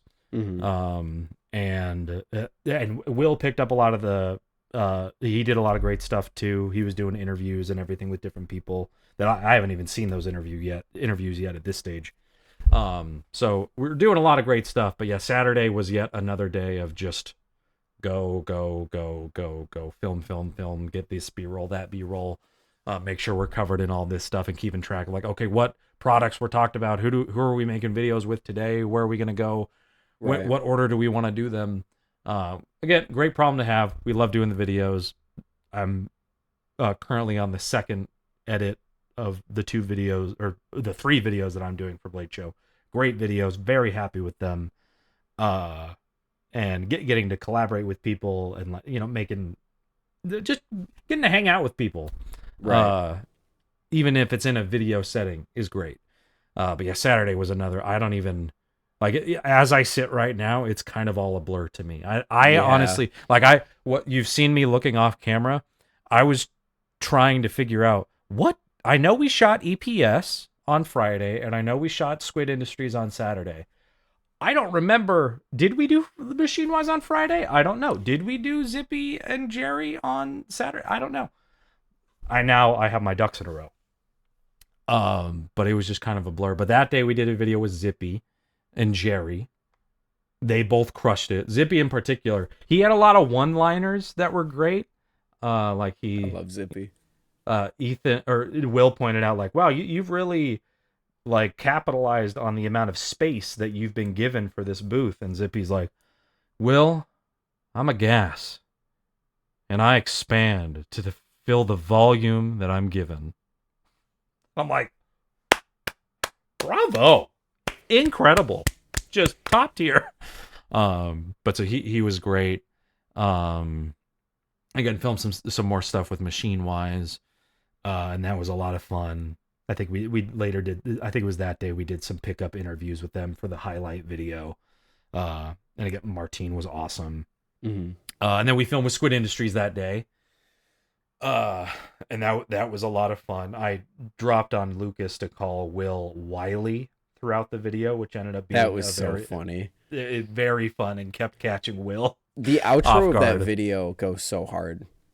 Oh, Just where I the just where you're go down lower and below lower. and Lucas is he's just stanced up like Yeah, he's staring down the camera. It was yeah. so He good. stayed like fully erect, Yeah. just looking down at the camera. Okay, that's Yeah. a way to describe it. And I also pulled up my footage from Saturday to try and figure out what the hell I did. I have footage of us walking into the convention center and then it goes straight to Bally Comp. So I literally I don't know. Yeah, it's just all a blur, which again is a fantastic problem to have. It is. It is. I But yeah, think I most was of Saturday was actually just we were just doing our thing, and I think just being in the vibes of the show and just talking to yeah. people, shooting whatever we wanted to shoot, and we filmed a great YouTube short with Grant of Fellowship Blades. Will very questionably won a challenge coin because he Hey, had a great challenge. If you're going to Blade Show next year, go do the Fellowship Blades challenge. the If he's challenges were doing that cool. challenge again, it was great. The combos should have been easier, like just a little bit easier. I believe like Oximity, who's like a top tier flipper, wrote most of the combos. So like Will's was like double scissor Double to scissor to giraffe giraffe to ice pick. to Yeah. ice pick, and like that's a pretty complex combo to have to get it in one go with Right. one attempt. So I think the But combos could be a little easier. Grant was very what's the word I'm looking for? Generous here with He was what very he generous allowed and to go gracious. through. Yes, yeah, especially with Will. And I got Uh, beef, Will, when you did the combo, okay, but when you said I'm gonna smooth it out, that was not a giraffe. At the very end, he didn't that claim it wasn't a was a giraffe. giraffe. He said He I'm gonna do just the combo smooth, and the combo included a That's giraffe, true. That's and true. there wasn't. I don't know the giraffe well enough to tell. I would have stepped in if he did it wrong and made him do it again until he got it No, right. it's But not a big deal. yeah. I mean, to be Um, fair, like the thing that he did for the actual combo, just like I'm pretty sure objectively was not a giraffe. It was like a variation of it. But yeah. again, Yeah. Grant was being very generous with it, so it's not a huge deal. Yeah. I'm not the what am I, the flipping police? It was actually right Yes. before, but yes, you are. Put on your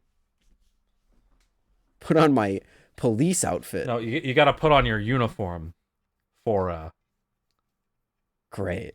for your policing. Great. We actually filmed the short with Grant right before BallyComp. Mm. So Speaking of the flipping we police, we could spend, and that's why I bring it up, because you brought the flipping police. We maybe needed some flipping police at BallyComp this year. We could spend a whole podcast just talking about BallyComp. Neither of us fully watched it. I actually took no. the opportunity to, like, again, I'm still deep into my throat issues in a constant level of pain. It is deep in your Filmed for throat. a probably 6 hours straight without taking more than a 10-minute break. I don't even think we had gone to lunch. I didn't even go to lunch with anybody that day. Adriana went and brought me lunch when we were at No, yeah, I BallyComp. remember. Yeah. And so I kind of just literally at one point set down my camera and just laid on my back on the floor. Yeah, weren't you just Um you were just kind of off in the back with Adriana, I think I remember by one of the posts. yeah. Yeah, she Yeah. had gone back there just to kind of hang out. But so I say all that because I didn't watch the entire show. I watched maybe 20-30% of it and all the finals and everything. But thank Christ Almighty, it was indoors and it was Oh lovely my god, it was that so it was indoors. nice. It was Video so wise, nice. it was hilarious because like they picked the darkest part of the room that they could have set Ty was this event. complaining about that a Yeah, lot like during it. here's this big middle area that they could have been in with this great skylight above, but they chose the darkest part of the room. But otherwise, I thought it was great. I thought the layout of everything was better. Not having everybody on the bleachers was great, and having a proper amount of viewing room on the sides was awesome. So as a whole, BallyComp was great. But the judging was questionable. So Ethan, Yeah. take So take it away. well, I don't know if I'm so you saw 20 to 30% of it. I think I saw one round. I think I Oh saw wow. Pyro's first round and that was it. Because Okay. a whole like wall had formed and I at that point was like, I don't really care about like barging in and trying to see over people. I just don't You care. you They're gonna are upload this all later because I'm short. yeah. I'm tiny. Yeah, I I'm was a gonna say little you are tiny man. unfortunately a small boy. Yeah. I'm tall So boy, so I have a little bit of an advantage. so I spent most of BallyComp sitting or standing in a circle talking to a few people, most notably, I believe, Cream Soda and Jimpy, actually. I got to try most of Okay. Jimpy's stuff that he brought to Blade Show, which, cool stuff. Jimpy had some really cool stuff. I got to try the small thing. That The was the small only thing thing I was got to sick. try of his. But it was actually like the little bit I flipped of it, I'm like, It is easily the best mini ballad song that's ever been created. Yeah, I was Like like, unironically, this is just small enough to be like cute, mini. but Yeah, not too small. that you Like the can't flip weird, it. like the weird flicky thing that I have. Like Right. that's too small. That It's can't a properly flippable mini function. ballad song, which hasn't Yeah, really existed before to my knowledge. Like there's been attempts, but yeah, they've been like maybe plastic and they're just way too light. Like the spider, yes, not the spider, the Balio, the pen. yeah, yeah. Um, That's just but too yeah, small and too light to even contend for it. I would honestly kind of be down to see more small things I because they would wouldn't mind also it. probably be cheaper too. Because it's really Maybe. just about like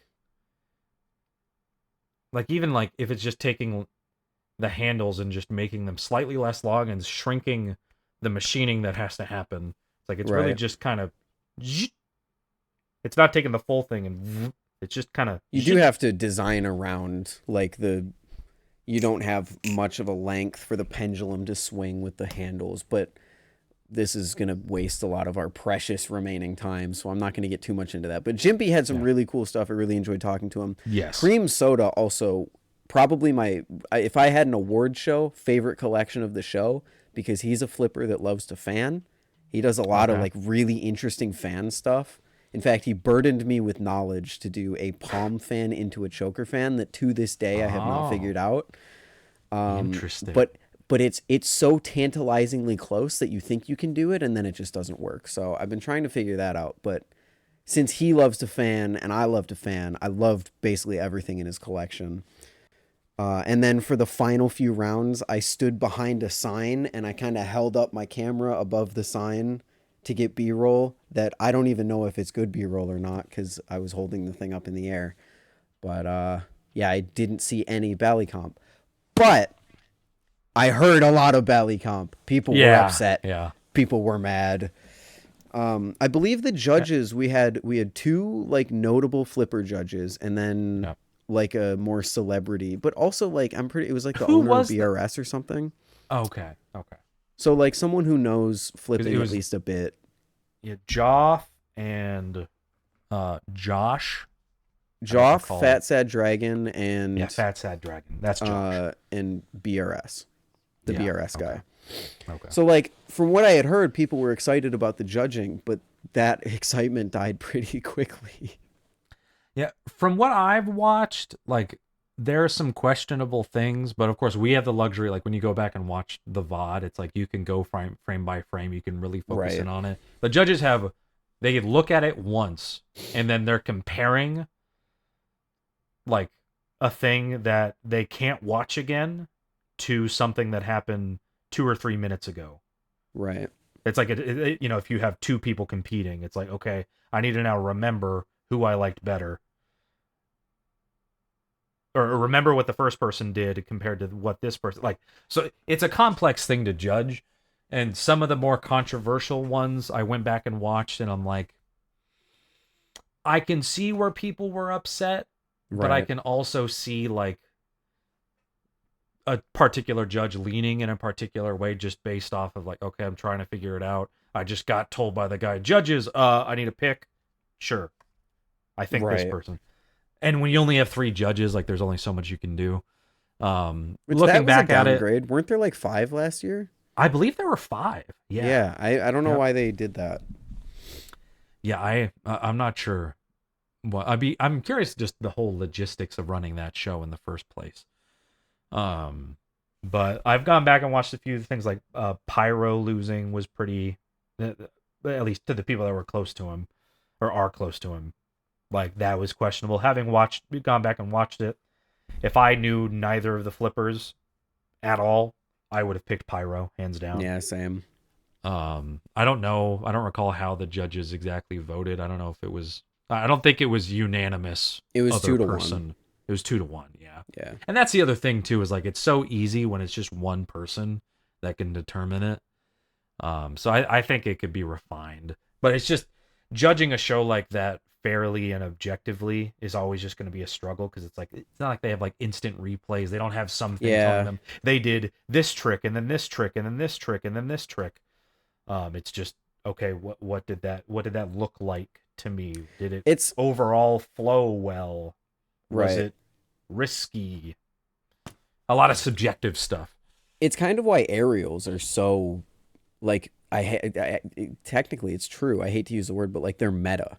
Like the Yeah, aerial meta is a very real thing in Bally Comp because they're these big sweeping motions that anyone at any distance can see. But yeah, when you're doing like weird finger tech, that yeah, gets yeah. I was gonna lost say even tech in like 3 or 4 particular. feet out. Yeah, So it Bally Comp is just it's such a fun event and I think it needs to exist, but I just wish they could do it better, but at the same time I don't even know how they would do it better, you know? yeah, and that various people have talked about having a more like proper official like balisong competition. And there's stuff that the West Coast flipping competition, the stuff they do Mhm. that can be better. Like I they think there West they have Coast like is a type. overall better though, like just Probably, from yeah, a running cuz it's run by Squid. yeah, yeah. So like I think there's potential for like people to tie, and then depends on crowd Oh, right. noise. But then that's kind of a That's the popularity worst. contest. So No, like, that's the worst. yeah. So there's That things they do sucks. better, things that aren't as good. But it judging objectively, balisong flipping is always going to be difficult. And Yeah. if people, because there was talk from various people about having a much more official competition and have like throughout the United States like qualifiers that different people go to, and then they go to like a dedicated event. There were people that talked about that kind of thing. Who knows if it'll actually end up existing, but the core fundamental thing is like actually judging in an objective way something that is so subjective, because it's not, oh, like in a sport, oh, X thing happened, I now get Right. X points because I did X thing. Exactly. Like, that's not really how flipping can work. And you could develop a system where maybe it's, oh, there's like multipliers or something like that. Oh, you did this trick into this particular trick, that gets X amount of points, and then that gets multiplied if you do like, I have no idea. Um It's but as tough. a whole, it's still an entertaining show to watch, I Oh, would for say. sure. Yeah. And I think people have fun participating in it. A lot of people get a lot of really cool swag from it. They throw T-shirts and like merch and everything. They did that multiple times, so it's a fun show to attend. And I would say it felt like it had the biggest turnout it had ever had. It And had it was ever the most had. comfortable turnout because we weren't shoved in a tent in the parking lot. Yeah, So yeah. in that Just sense, it being was an inside. upgrade. Yes. Honestly, being inside trumps every other complaint that I have about the show this year. Yeah. Straight up. Yeah. No. This year's show being outside would have been kind of a disaster, especially with Oh, how many yeah. people were there. But no, from what I understood though, like people had questionable stuff with the judging and everything, but from what I understand, most people had a good time. Will Oh, went yeah. hard. He was actually, that's part of the reason I took a chance to rest. Will was out there. He was Will had getting his footage on goober, like, his omega pole. yeah, basically the miniature version of my whole camera setup, and Yeah. he was going hard. I was like, okay, I filmed for like 6 hours straight. I'll let him do it, and I'll go lay down for a little bit. In every um, shot of Ballycomp, you can see this giant pole just like sticking up through the frame, and you're like, "Oh, there's Will. He's there's going at it Will. Yeah, again." But he had yeah, some cool shots. He showed me some he of the did. shots that he got. Yeah, I've looked at a lot of them now. He got some really cool stuff. And Um, Ty was also going pretty hard with he stuff over the was. weekend, Was which I that? do. What? No, go ahead. Go ahead. I was gonna say I do want to just bring it up because he actually filmed it. So He like, did. there's a very good chance it exists. Like it's going to, for context, Ty has had this idea for a really long time to make like a Balisong documentary, and his whole goal Yeah. was to do it at Blade Show. Um, and I have always been like, dude, this would be so cool if you did it. I hope you actually do it. But it's kind of just been a giant question mark because like I get it. You show up to Blade Show, you don't want to do stuff like that. You don't want to film stuff Yeah. like that. You just want to enjoy the show. So he was filming most of the weekend and actually like got some really exciting stuff that I'm really excited to see. So keep an eye Yeah. out. It's probably going to be a while, I would imagine, but keep an eye out on Oh Ty's yeah. channel eventually, question mark. because I was kind of helping him along. Maybe that's what I was doing before Bally Comp on Saturday. Maybe I was kind of helping him bounce ideas off of someone, because I Yeah. know I was doing that over the course of the weekend for him. Yeah. But No, he still was it cool. Sunday that he did his setup? Yes. Yeah, no, yeah. And we'll get into Sunday, of course. But yeah, at one point he did a I thought it was like some random photographer that I had been thought it there was because he wasn't you. there whenever I show. Yeah, but I show up and he has this full blown. I didn't even know he brought that equipment, but he has this full blown light stands with lights with soft boxes. This whole interview setup that looked Yeah. fantastic. It Like was he pretty cool. crushed it. He stole one of the banners to use to like diffuse the light off of. Yeah, It was something else. yeah, no, so yeah, that we're of course doing our own community highlight video. It's going to be a way different vibe. But I'm really excited for his video for sure, especially the stuff that he got at BallyComp. Um, but as a whole, so in terms of who the top three were what? Seiji, Seiji, Corbin, and then and not here. Oh, still here. Oh, yeah, something I don't like remember that. the at is confusing, but yeah, the winner hadn't won before. Right, which is always good to Yeah, see. I love it when an kind of like when Armid won last year. I had never heard of him up to that point. yeah. Oh, actually, really quick, I didn't bring this up when we talked about the Mako. Why the fuck did they only put the jimping on one side? That's all I want to say. I saw the Mako pop up when I opened Instagram to find who won, but why the fuck did they only do it on one side? This is new information to me, or information I completely failed to let me look at my footage actually. Did they really only put it on one side? It's only on the outside of the handles and not on the inside of the channel. I am not able to find. It's like still here. Oh, or something. Oh, is that it? Yeah, still here. Oh, Still here. Oh, okay. yep. Still dot here dot oh, and that Oh my god, it OH. is only on one side. It's only on one side. I did I not wanted notice that. I wanted to bring that up when we were talking about the Mako, but it got lost in the shuffle. But yeah, it was really nice. I always love seeing someone who like, cause like I don't know everyone in the community. Obviously, no one can, but Yeah. Yeah. I love seeing when a new flipper that I've never heard of before, at least, comes up and sweeps the whole show. Yeah. Same thing happened last year with Armid. Had never heard of him up until that point, Yeah. and it's great. It's cool. Yeah, I overall I enjoyed it. It's just it's one of the very I guess only one of two places that a flipper can go to and have a proper competition and compete in some way and actually have some utility or potential Right. utility to their skill that they have outside of just because even the highest end flippers, the best they usually get is a sponsorship from a company, which Right. is just occasionally getting something for free. But there's unfortunately, I think that's one of the limitations of the whole hobby is that there's the ceiling for what you can achieve is very, very low. It's like the most you can get is you win some money and get some products. Right. And I guess you could Which try to be even the like a money is a content question creator. mark. Yeah. It's like you can be a content creator like Will and I do, but Will and I aren't ultimately known for being amazing flippers. Ballycomp is a place that an amazing flipper that maybe has no social media presence whatsoever can go and Right. compete and like have a good time with that. So I think it's cool.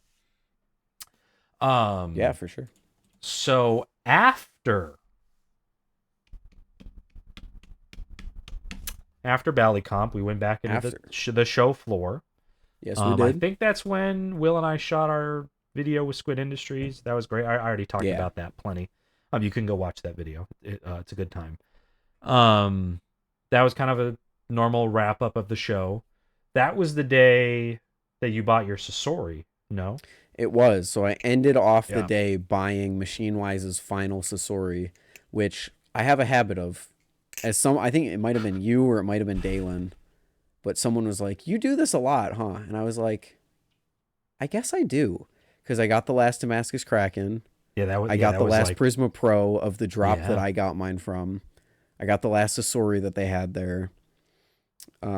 So Which to me was kind of a miracle they even had one. Because from what I understand, they sold out of most of their stuff they pretty one thing I efficiently. had forgotten to mention was they had let me borrow a Totori overnight, from day one to day Ah, two. So I had gotten a lot of time to spend with it. And when I went back at like 11 to return it to them, I was like, I want to buy one of these. And they said, maybe you should wait. And then they told me all the pre production stuff. And I was like, yeah, okay, let me think about it and I'll come back. And then I got, Blade Show distracted for 4 hours. And yeah. by the time I remembered to go back, I was like, they're probably all gone. So I get back and they're like, we have one left. And it's a blemish. So it's like $20 off. And I was like, That's a little hard to pass up. mm. Because you said in your Blade Bias episode, like, and it was less than a Prisma Pro. Yeah, it was 170. Yeah. And the blemish, it's so funny looking at it now because now I've beaten it. Like it's taken concrete drops. The blemish is like a single silver speck on like the bottom of the handle. Well, that's a Like good place to have it then. I I Yeah. don't I, I'm pretty sure I can't show it to the camera because I will never be able to, but I'm pretty sure it's this tiny little silver speck I'm looking at right now, which directly next to it is five much larger silver specks from when I dropped it on concrete not an hour later. So it's like Oh, I I kind think of feel mine's like I still scammed mint. them. I don't think mine has had any drops. Oh, mine has taken a little bit of a beating because I was flipping it. It was basically the only thing in my pocket for the entirety of the rest of the show. Yeah. Um, but yeah, I bought that from them. Martine then introduced me to his dad, which was he was Yep. pretty cool to talk to. And that kind of consumed the rest of my show. I felt really bad because right before I had gone over, I had told Pyro, I was like, I got nothing to do for the rest of the day. We're going to hang out for like 2 hours straight, baby. Let me just go Yeah. to Machine Wise really quick. I got you. And then I disappeared for an hour and a half. Which is the way it goes It's the at way it Blade Show. goes. Yeah. It's what you're signing up for ultimately. Right. Um, yeah. So then we went back to the pit for a little bit. Or I think Yep. you went back to the pit. I No, was we all did. there. Because Did remember, we this all? is the Okay. night they got kicked out. Oh, that's right. That's right. Yeah. So they had an award show. This is actually, no, we all went to the pit. We filmed your thing with Will. Will did that big, like, whole Oh community, yeah. like, shot where he got everyone together in the middle of the room and we did that thing, which is so Yeah. cool. Yeah. So that was actually one of my biggest bucket list things. Whenever I, That was because so the cool. whole community highlight video, that's like my brainchild, pretty much. And that was one of the main things. Like, I want to get a line of like 50 people and just film everybody flipping. Yep. And that one of those shots has now ended up in one of the Blade Show videos that we did I think in both the of them. EPS video. Didn't I you did use one one. of them too? I did the circle Oh, it one was that the we did. circle. That's right. No, Yeah, you're the right. line. That was Sunday. We did that. Yeah, the EPS video was the first look at that the long line that we did. But yeah, I'm really excited to look You at get all of mogged by that. Tay in that one. Oh, I actually watched it in slow motion just to really look at like all the different people, and I'm glad in the EPS video, Den Den is just like just whack, like he's not Like even that. flipping. He's Tay's just looking at the yeah. camera. He's like, Yeah, it's just I was welcoming anything anyone did, and of course trying to control a huge group of 50 plus people all in a single line. it went great. Was fascinating in Honestly. itself.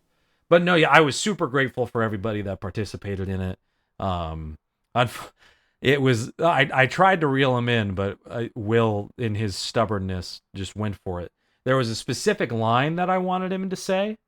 When he like walked down a line of people, he was only supposed to say like one or two sentences, and he decided to try to memorize the entire paragraph, which was like 5 sentences, Did he do it? and he hadn't even read the paragraph before.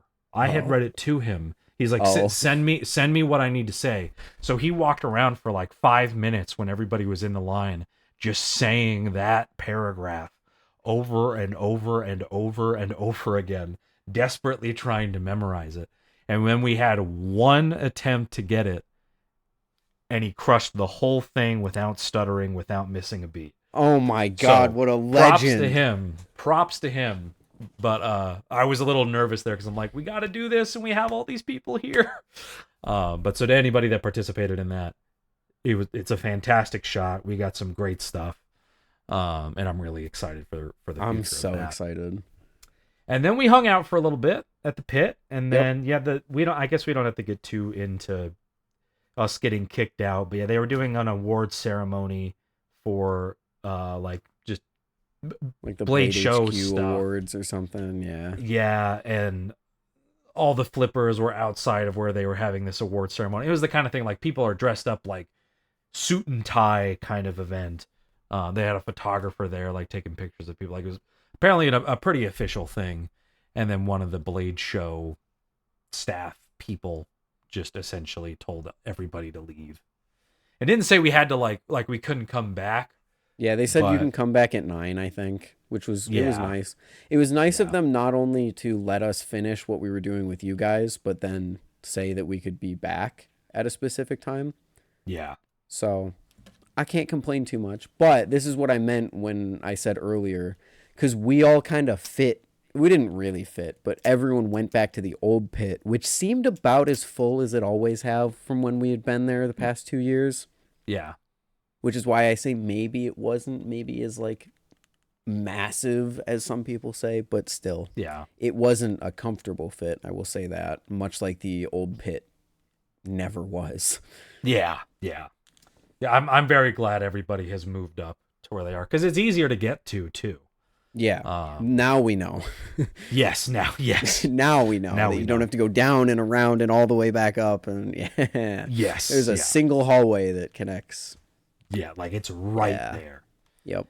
But so that night after I actually left when everybody got kicked out because I had to head back. Well, I left with you. Yeah, you did. Yeah, that's right. We left together to go to my condo with Adriana. The breadening. To have the breadening. Which we'll say now, we're going to have a dedicated video about this because Ty filmed most of it. Yep. But for those familiar, I'm not going to spoil the results here, but for those familiar with is the cracker-rackin' white bread or sourdough bread, a conclusion was made by a large company of people, like some big names in the battle song hobby. 30 people, were there to cast their votes. Votes were cast. Ethan, do we want to reveal or tease? Absolutely not.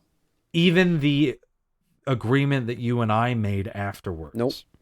No? Okay. Nope. That's all for the video. We're not talking about this at all. This is for the next, maybe, I don't know when it is, but maybe the next thing when we comes out. What we'll say is stay tuned for it. A lot of shit happened. We're talking like this. Here's the one thing I will say.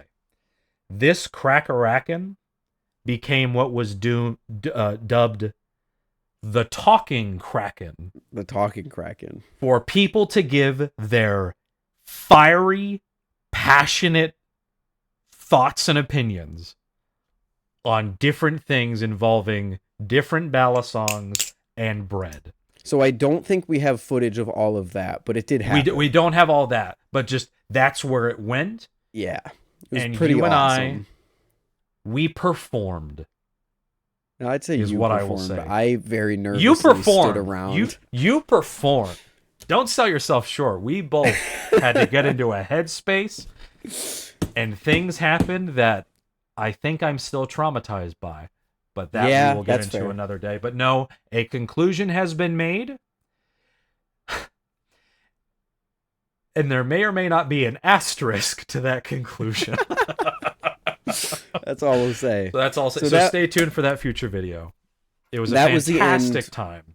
It was. That was the end of day 2, and probably my favorite part of the weekend.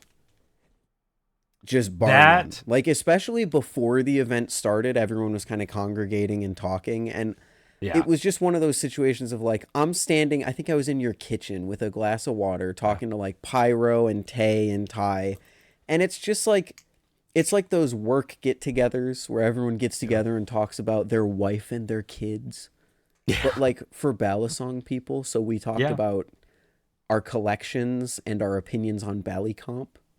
Yeah. Things got very political, very, very Oh yeah. political at the water cooler in Brandon's house. No, I came to you because it was in my head time to for the event that we were all there to participate in to start, and you were like, Right.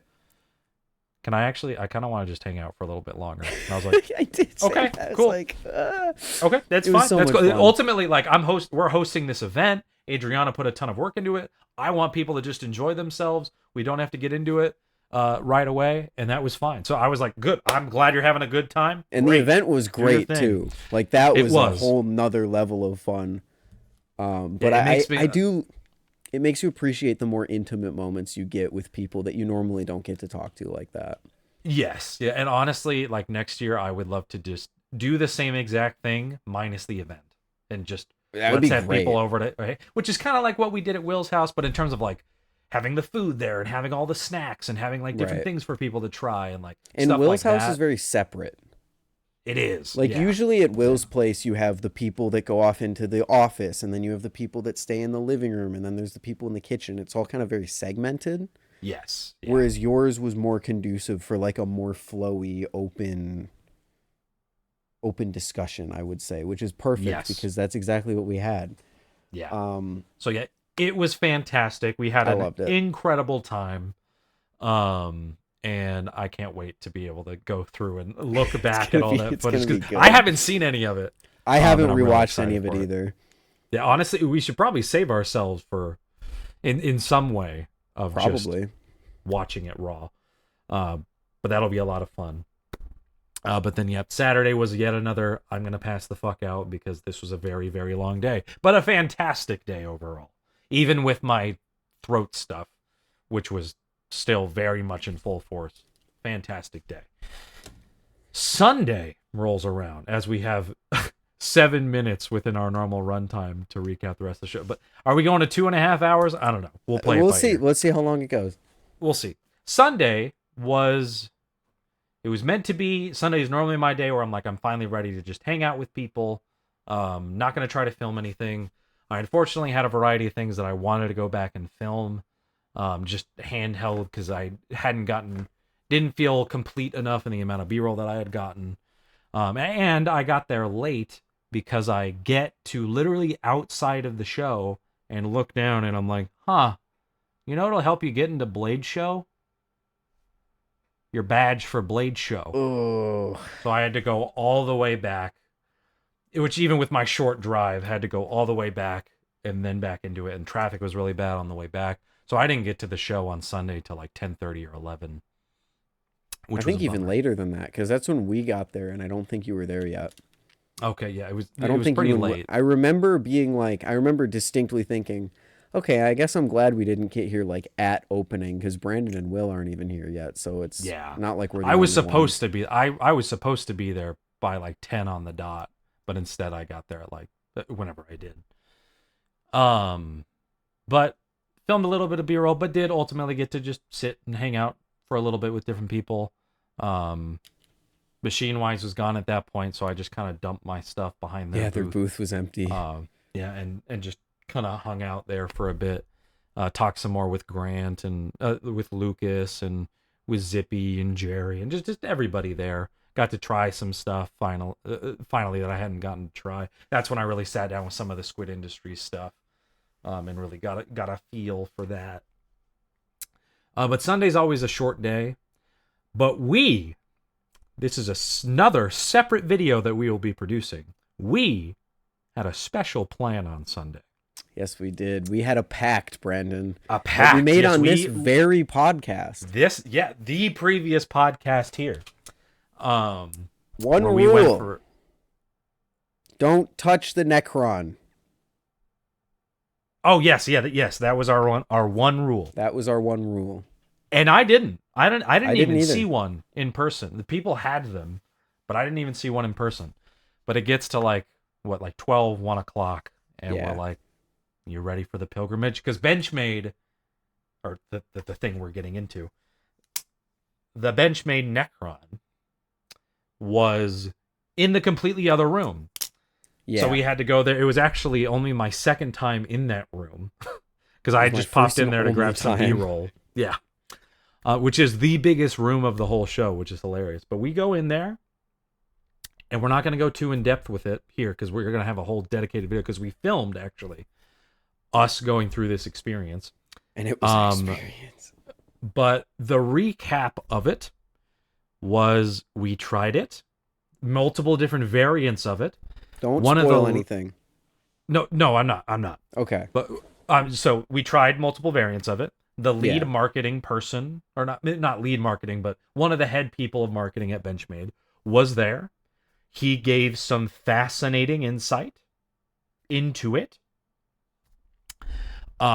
We formed some thoughts, and the reason I have one was because the marketing guy watched you and I have the reactions that we did, and then he eventually recognizes who I am and sees the Will Hirsch on my badge, and he slides me 2 boxes.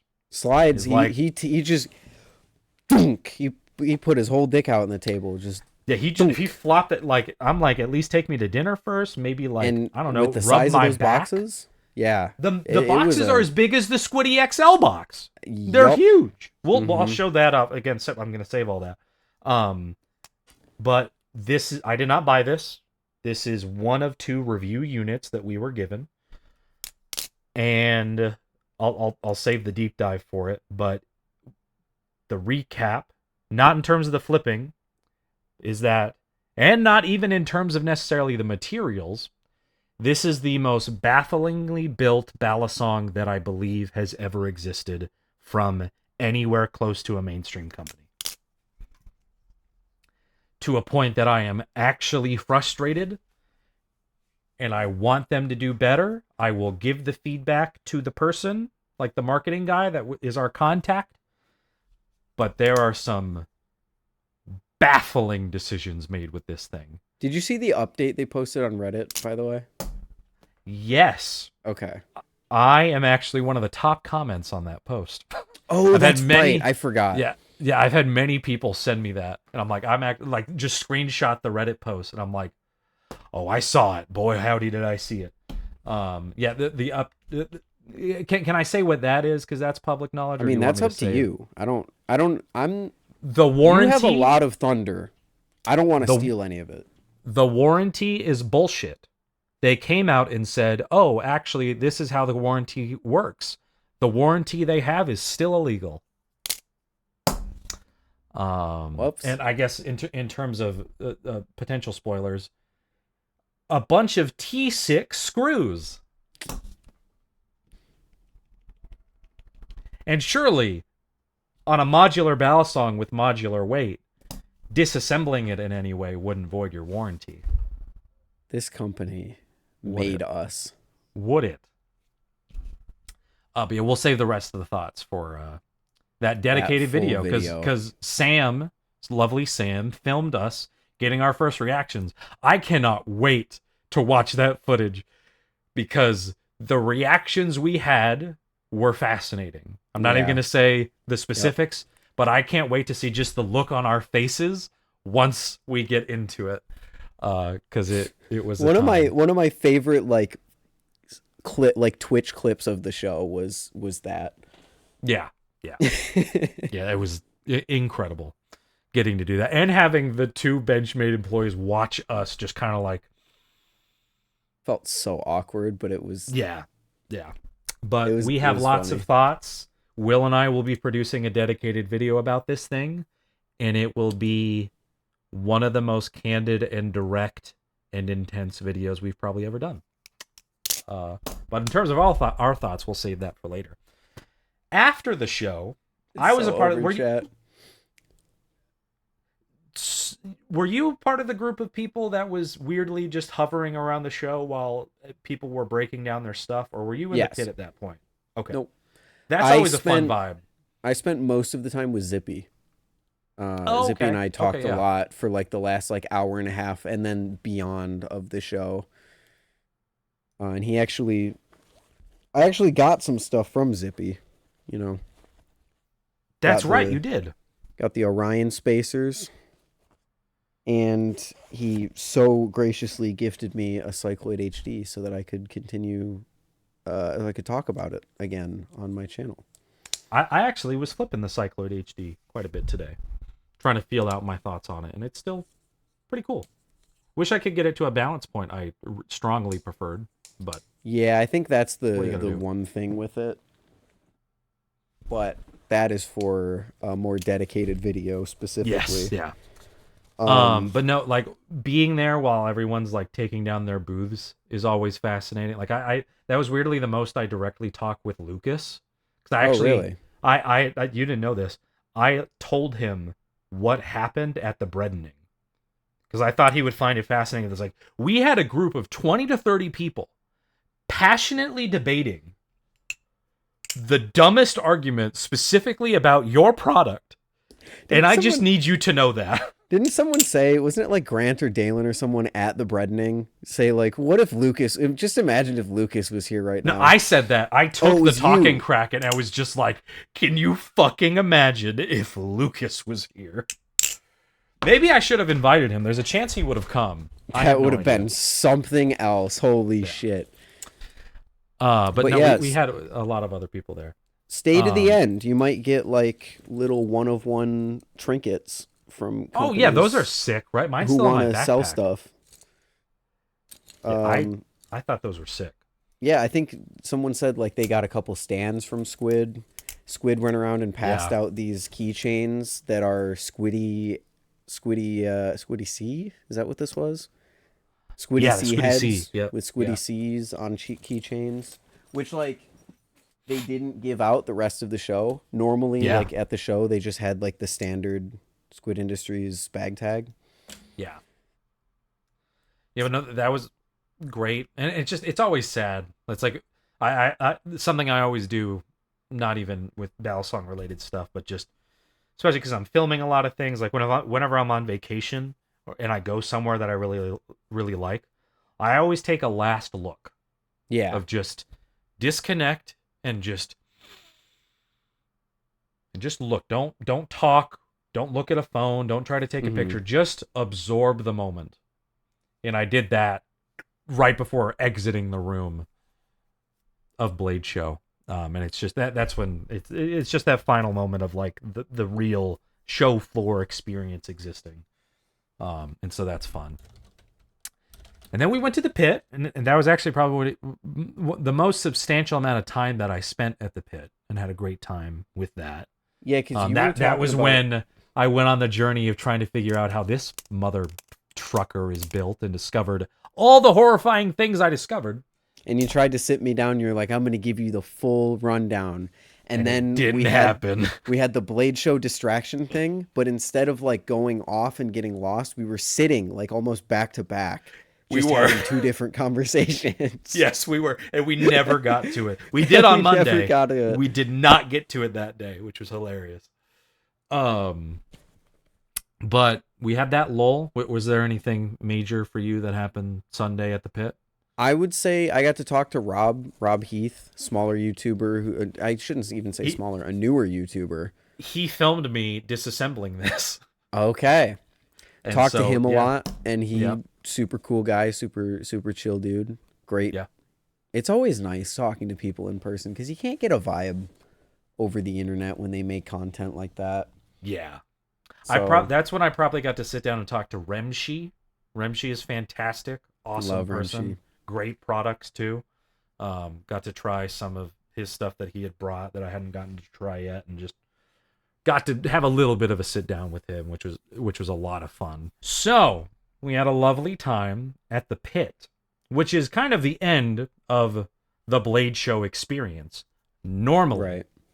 Normally. boy howdy, did we have the Bite Handle Rave, hosted by Will and Disuko at Hi-Fi Buys, a local hi-fi audio store. That's actually fantastic. Definitely go and stop in there if you're remotely interested in audio gear of any kind. It's in north of downtown Atlanta. Fantastic place.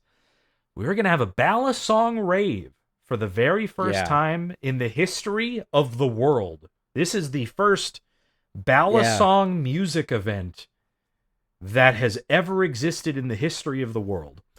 And so And with that's that, there was a lot of question probably marks fair. going into Oh, there's that. so many. So many. I had no idea how it was going to go. I had an expectation going into it. We were going to have 20 to 25 people. I don't And even know if I expected that much. yeah, or that's like the most. Like yeah, if we hit 30 people, that's going to be crazy to me. Oh yeah. And I think we got to almost 70, Yeah. which for that space was pretty substantial. Like you felt there wasn't an area you could go to where it's like, "Oh, I'm in my own little corner and no one's here." Like it was Right. pretty packed. You Um Sam had like a running head count. He would like come up and update me like every hour yeah, or something. yeah. And I think he got up to like 60 or 61. But the thing that makes me realize that there were a lot of, or no, sorry, I think he only got to like 58 or 59. But the thing that makes me realize that there were more people there than we thought was you guys said, or Dasuko and Will specifically said they had like 60 tickets for the giveaways that they were doing. Yeah. And there were people there, obviously, that didn't put tickets in. Like, I didn't put anything in because, I don't didn't put anything wanna... in. Yeah. You didn't put anything in. Will I assume didn't. Will and Dasuko Disuko. didn't put anything in. Nope. I don't know if Ty did. I don't think So, Prism like, did. Or we're yeah. most likely well over 60, possibly, like you said, even approaching 70, which is just wild. Yeah. And so for those that weren't there, they had a bunch of snacks and water and all that, and then they had the table where Will and Dasuko DJ'd, and they did fantastic sets. It was a ton of fun. And there was kind of like a dance floor kind of area where you can only flip plastic-ish stuff because it was hardwood. But Right. then we had a separate area that was carpeted. That was kind of like it was kind of around a corner, so it kind of cut off some of the sound, which made Mhm. for the people that just wanted to hang out and flip.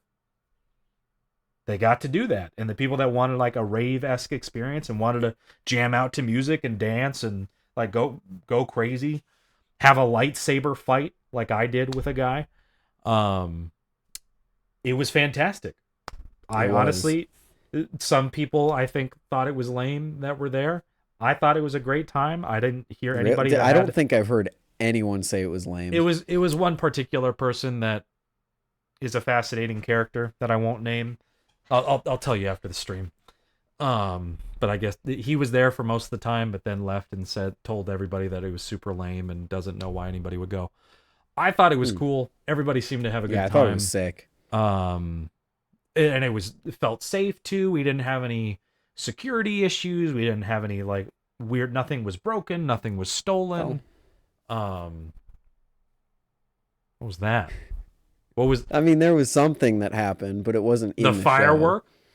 Yeah. I didn't know about that. I learned about that days later, which I guess is Yeah, good because that was I pretty kind of ended creepy. up kind of taking the pseudo security role of like just I'm going to keep an eye on things, make sure everybody knows to not flip over the hardwood. We had just the giveaway. We had what 9, 10 Nabalis songs to give away that Nabalis sent us. Which thank you Nabalis for that. They were just kind of sitting there Yeah, that out was in the awesome. open next to the raffle ticket thing that was also just sitting there in the open. I'm like, I'm just gonna man this stuff and just kind of keep an eye on things.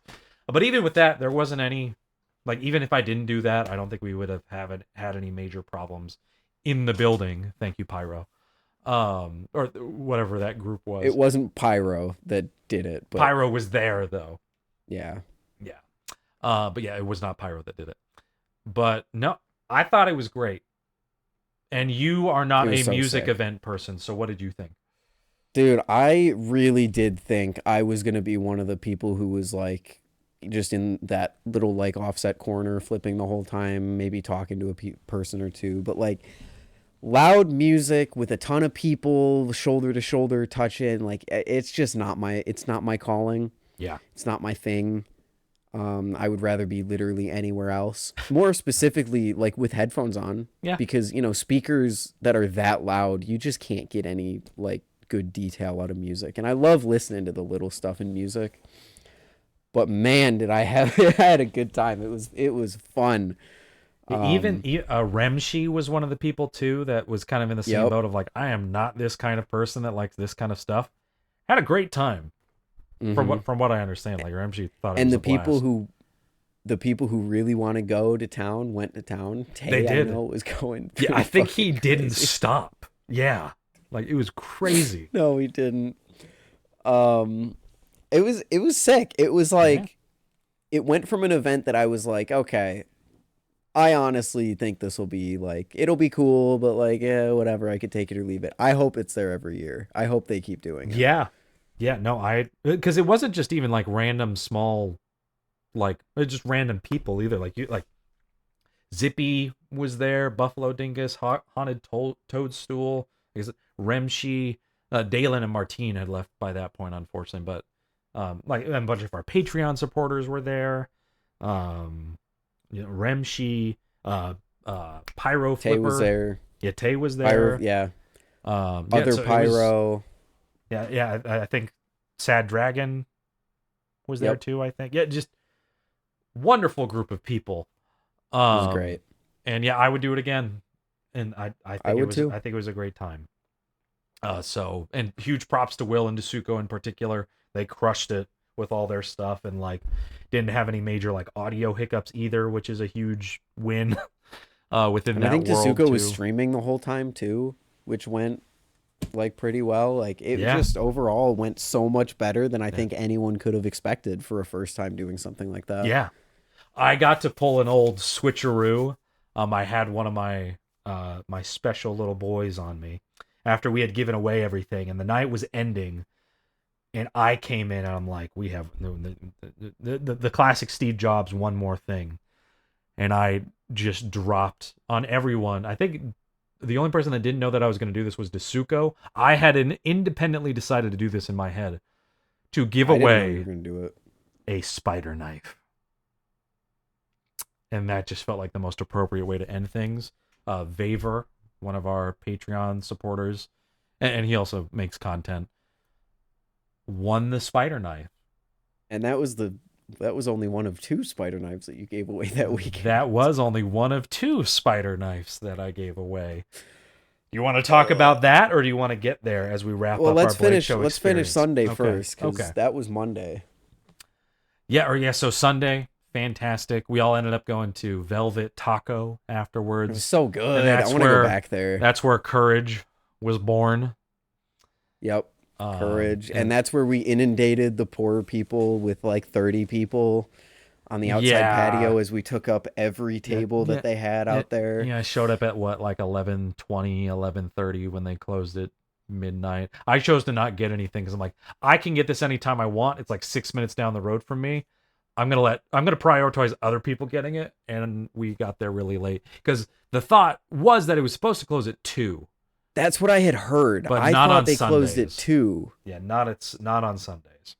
That's cuz Yeah. if I had known that, I probably also might not have gotten anything. No, but and it ended up Um being fine. We didn't like overstay our yeah. welcome there or anything, so it was fine. That was purely just I'll take a step back. I can barely eat anyway because that was the other fun thing. Every single time I swallowed, it felt like somebody was like dragging a knife across the inside of my throat every single Right. time. So I'm like, I am gonna stay away from eating for a bit. So this is fine. I promise I'm fine. But had a great night that night. That was another just kind of pure getting to hang out with people, and that was great. And then Monday rolls around, and my God, I barely even remember what we did on Monday. What did we do on Monday? Monday was the day that we went to Will's apartment and Oh I yeah, we ended up think having a bit of a lull because that was also the moment that my SIM card in my phone started to die, or it had already been dying yay. and completely stopped working. And so yeah, most of Monday I just kind of hung out for a Every bit. At home. Everyone was on a no alarm protocol. Yeah. Except me, but I even slept past my alarm that day. I Yeah. think Airbnb didn't get up and moving everyone until like 3 Yeah, I think because we had to take Dasuko to the airport.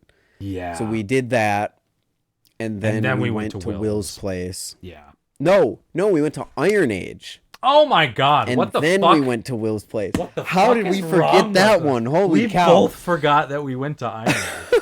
Hot dog. Yeah, we went to the ever lovely Iron Age. And Adriana actually has a picture of you taking your first bite of Hawaiian bulgogi, and you're just, I'm So home. good. I waited a year for that. Yeah. And it was Sam's And first it was time having worth it.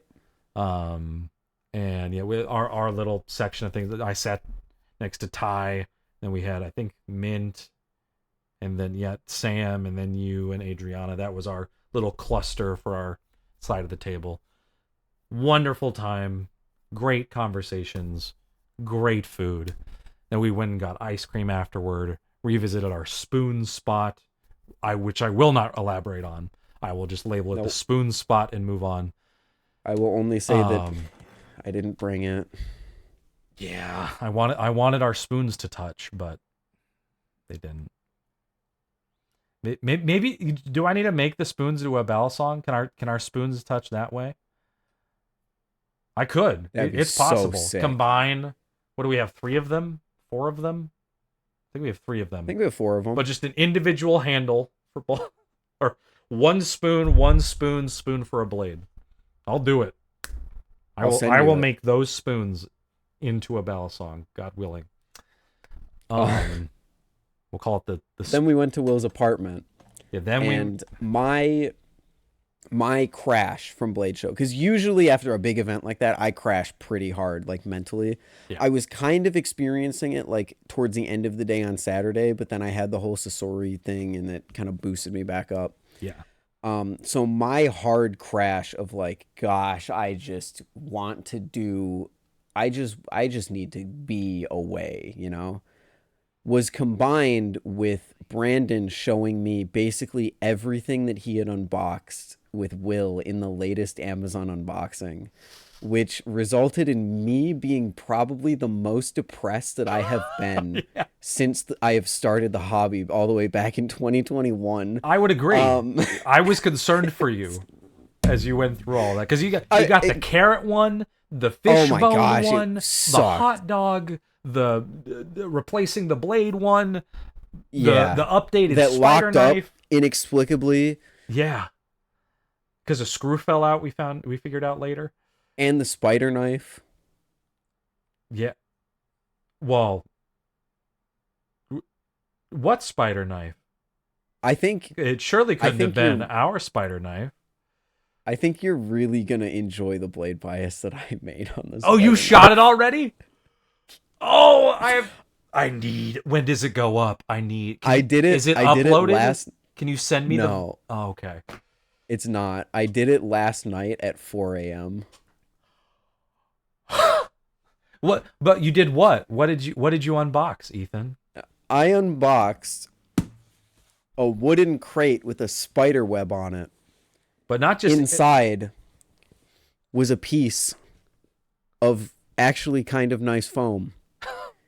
Yeah. With a piece of plastic surrounding the thing. Oh, it's not the thing. It's my thing. It's your thing. Because I opened it up, and on the blade with a label maker that is still there to this day, it says, "For Ethan, heart." Which I printed myself right before we left to go to Will's place. I died inside when I saw that. Yeah, as if I hadn't already died up until that point. Yeah, so I explained this to you later, but some backstory to it. I had actually decided in one specific moment that I was going to give you that. And it was at the Bite Handle rave. And I had decided to give away a spider knife. And you and Ty were right next to me. And I asked Ty, "Did you enter the raffle?" He's like, "Yeah, I entered the raffle." And I was like, "Did you?" I'm looking at you. And I'm like, "Did you?" Never mind. Yeah, and I was so Never, confused. and you're like, what? I'm like, no, just you'll figure out in due time. But no, I'm never mind. It was because in that moment I decided I'm going to give you this spider knife because you are a fantastic content creator that is well on your way to being one of the more subscribed channels for butterfly knife stuff. And you will That's often crazy. talk about things that are bad to you. Yeah. But you, not only had never touched a spider knife properly, Yeah. you not having the true bar for what bad is, having access to that felt like a crime to me. So this is almost utilitarian on my part, so that you can give even better opinions on things. Because you now not only have flipped the spider knife, but own one and can access it at any time, assuming you don't seal it away in a dark dungeon I with, won't. like, you get a coffin, you bury the coffin, and then you mark its grave with a landmine. Oh, I might. Yeah, Oh, you that's might actually do that that. doesn't sound that bad. Yeah. But yeah, so the spider knife. Do you want to? Yeah. Is this just a watch the Blade Bias episode thing? This is a watch the blade bias thing Okay. because by the time this podcast is out, I've almost assuredly released that video. Yeah. Yeah. Um But I have so like a disgusting amount of things to cover, so I don't even have a schedule in my head, but I would assume oh it's yeah, like yeah. mid next week as we're recording this. You have so many freaking videos that you're So making. You're making I more have a than whole we list on are. my phone. It's like a month and a half worth of content. Holy crap. And I have to prioritize that stuff and like balance it with stuff that I got sent before Blade Show that I'm not terribly excited about, with stuff that I got from Blade Show that I'm super excited about. Is that a month and It's a a half of every 2-day uploads? Yeah. Holy shit. I have like 30 videos to film. Wow. That might be a bit overdoing it, but like we're talking 3 videos a week Yeah. on average. So, yeah, it's a lot. Well, I'm so ready for the spider knife video. The But Spider Knife what I'll video I say think is about the experience was just watching you go through it was just so much fun. and I did reach a point where I was kind of playing into it for the bit, but like I would say 70% of that was genuine, real, like me just being dead inside, and flipping these ballad songs just did not help. Yeah. Because you probably fit like because after that you were like, we're gonna unbox the Benchmade thing, and I was sitting there like I holding really the did drill flashlight you for Dad, for a just bit. like Well, and then the Benchmade thing ended up being exactly what it ended up being, which yeah. put us both in a worse mood. It was a self-fulfilling loop of like, Yeah. oh my god, this is just the worst day ever, but I also kind of love it. Yeah, that whole night again. That's why I want to have like a dedicated trip happen or Blade Show West happen, because you and I just need more of those moments where we can just sit down and just talk about I stuff, really would, whether it's yeah, good or bad. I would love that. And that I cherish that kind of stuff with a ton of people, like, Right. and so that's not just something specifically that has to happen with you and me, but that's just I really enjoyed that and actually properly getting to dive into the wackiness that is this hobby. Not just obviously we have the podcast and everything, but whenever you're sitting in front of somebody flipping a banana bala song and you get to feel the energy pour off of them, Or rather the lack of. or the lack of, whatever the energy Yeah. is, up there or not, is just so pure and just you can't do that even through a podcast like this. You don't really properly get those vibes. And that really is like sort of the amazing problem of Blade Show is when I sit and I think about people who I want to sit down with, like 10, 15 people jump to mind. And then you're Yeah. like, well, you can't meaningfully sit down with all of those people in 3 days, or even in like a week, or even at all, because that's 10 to 15 people. Each Yeah. one of those people I could spend an entire week with, and it probably still wouldn't be enough. Yeah. So it's like, I'm kind of nervous about next year. Yeah. Think about all the people. Like If all the the same people crazy. that came last year come this year, which everybody I've talked to is like, I can't not come back. Like, Right. I'm coming back. Like, and those are the people that have never been to Blade Show.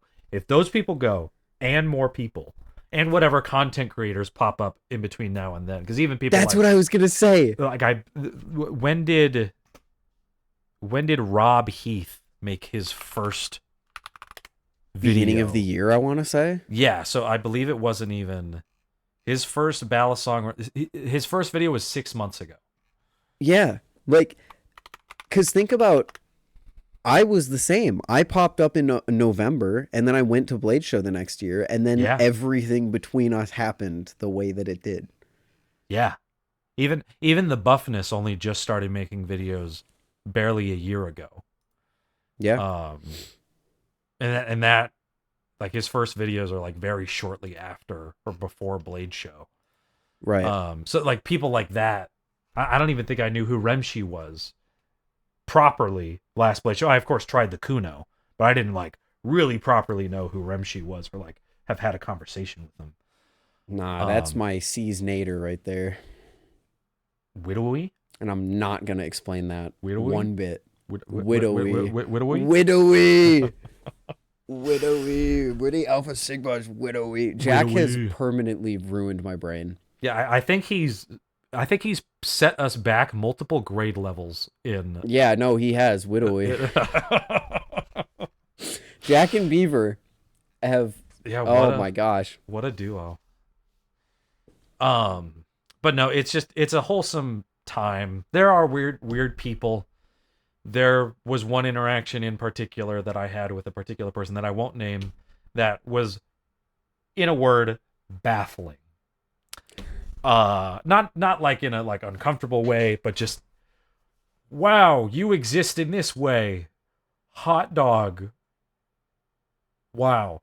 But otherwise, everything was fantastic. So many great people. I do feel slightly empty post Blade Show currently, in terms of there were so many people to talk to, so many things to try, and those stars just didn't align. Like even stuff I talked about in the previous podcast. Like I got to try various things I wanted to try, like the Fellowship Blade stuff that I hadn't gotten to try, like the Gaboon,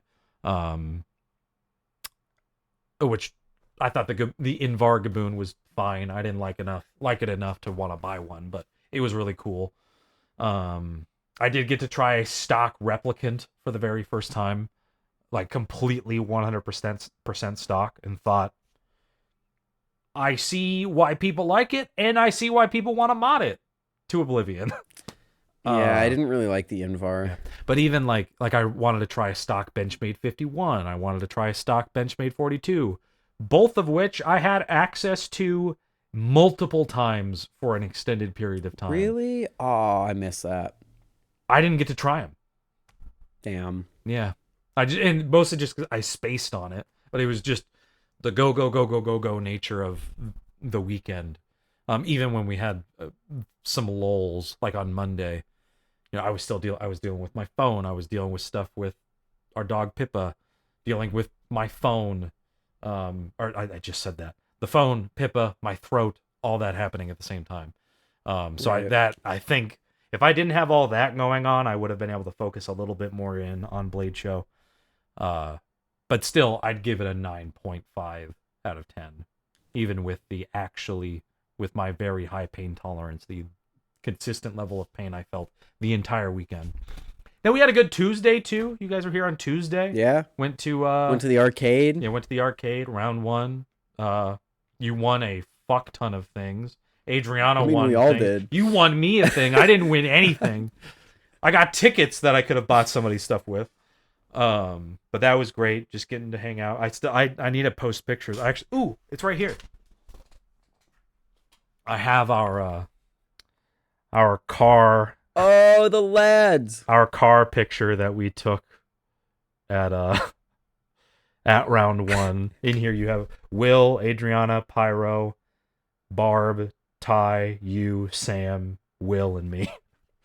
Yep. And so that was fantastic. Yeah, I have a couple Polaroids. Oh, the This is Polaroids. one of me being baffled by the Necron at oh god, camera please. Baffled by the Necron at the pit. This is one that we take every year with MCK Valasong. He has an actual proper like 1980s Polaroid. And we took that at the Bite Handle Rave with my lightsabers that I fought with. So just still a non-stop spree of just fun stuff. Even just after round 1, we went and got boba tea and then went to Hot Topic and just hung out for a while. You almost Don't stayed an worry. additional like 4 days and then decided not to. But oh, you have it. Good. Good. I've Good. got Good. this. Good. Good. Good. Yumi Adriana. Uh I've got a picture that I don't remember when it was took or who took it, but of me taking a picture with Pyro. Okay. And Den Den lurking in the corner. And then I have our baffling Blade Show 2024. Good. Yeah, Good. Yeah, so which I'm actually going to keep out of my bag now that I'm home and put them over there. yeah, we had a lovely time. Anybody that wants to go to Blade Show, specifically Blade Show East, cannot recommend it more highly. If you want to be at the epicenter of all things butterfly knife, it's the place to go. It's the biggest It's event so in the sick. world. Yeah, it can be overwhelming. You'll hear us talk about, oh, it was go this and all these people and that people, and I tried to talk to this person and then I was gone for an hour and a half. It's not as intense as we make it sound. It's mostly just It is for you. your synapses are firing the whole time. Right. It is for me. I part of the reason I want to go to Blade Show West and Blade Show Texas is just go with no expectation to create content and just enjoy being there with people. Because that's what Blade Show Texas was for me in 2023, and that was lovely, and I had a great time with that. Right. But if you have one near you, yes, I'm sure it's expensive. It's difficult to do it. It is worth doing if you have any interest in this hobby and want to actually meet people and try new stuff. Absolutely. And then, I think oh yeah, go. it was the best one yet. Yeah, I think easily. I agree. Even with our past experiences, like Yeah. we didn't have a Waffle House run this year. Nope. Which was legendary. Yet don't think we needed it. There was enough amazing No. stuff. Didn't need Waffle House. Needed I Iron don't think Age. we had time. Didn't need a Waffle House. Yeah. No kayaking, but that'll happen eventually separately. But yeah, didn't feel like it needed it. Yeah, this was the biggest and most substantial Blade show. Yeah, especially with the Brendaning and the Bite Handle Rave, and all the videos that were made. Like, just so much good stuff. Right. And this isn't even the end of our Blade Show content, because we have a full dedicated video on the Brendaning coming, whatever that's going to look like, and on the Benchmade Necron. The most baffling Balisong that has existed, I would say, in the last 5 years, at least from a mainstream company.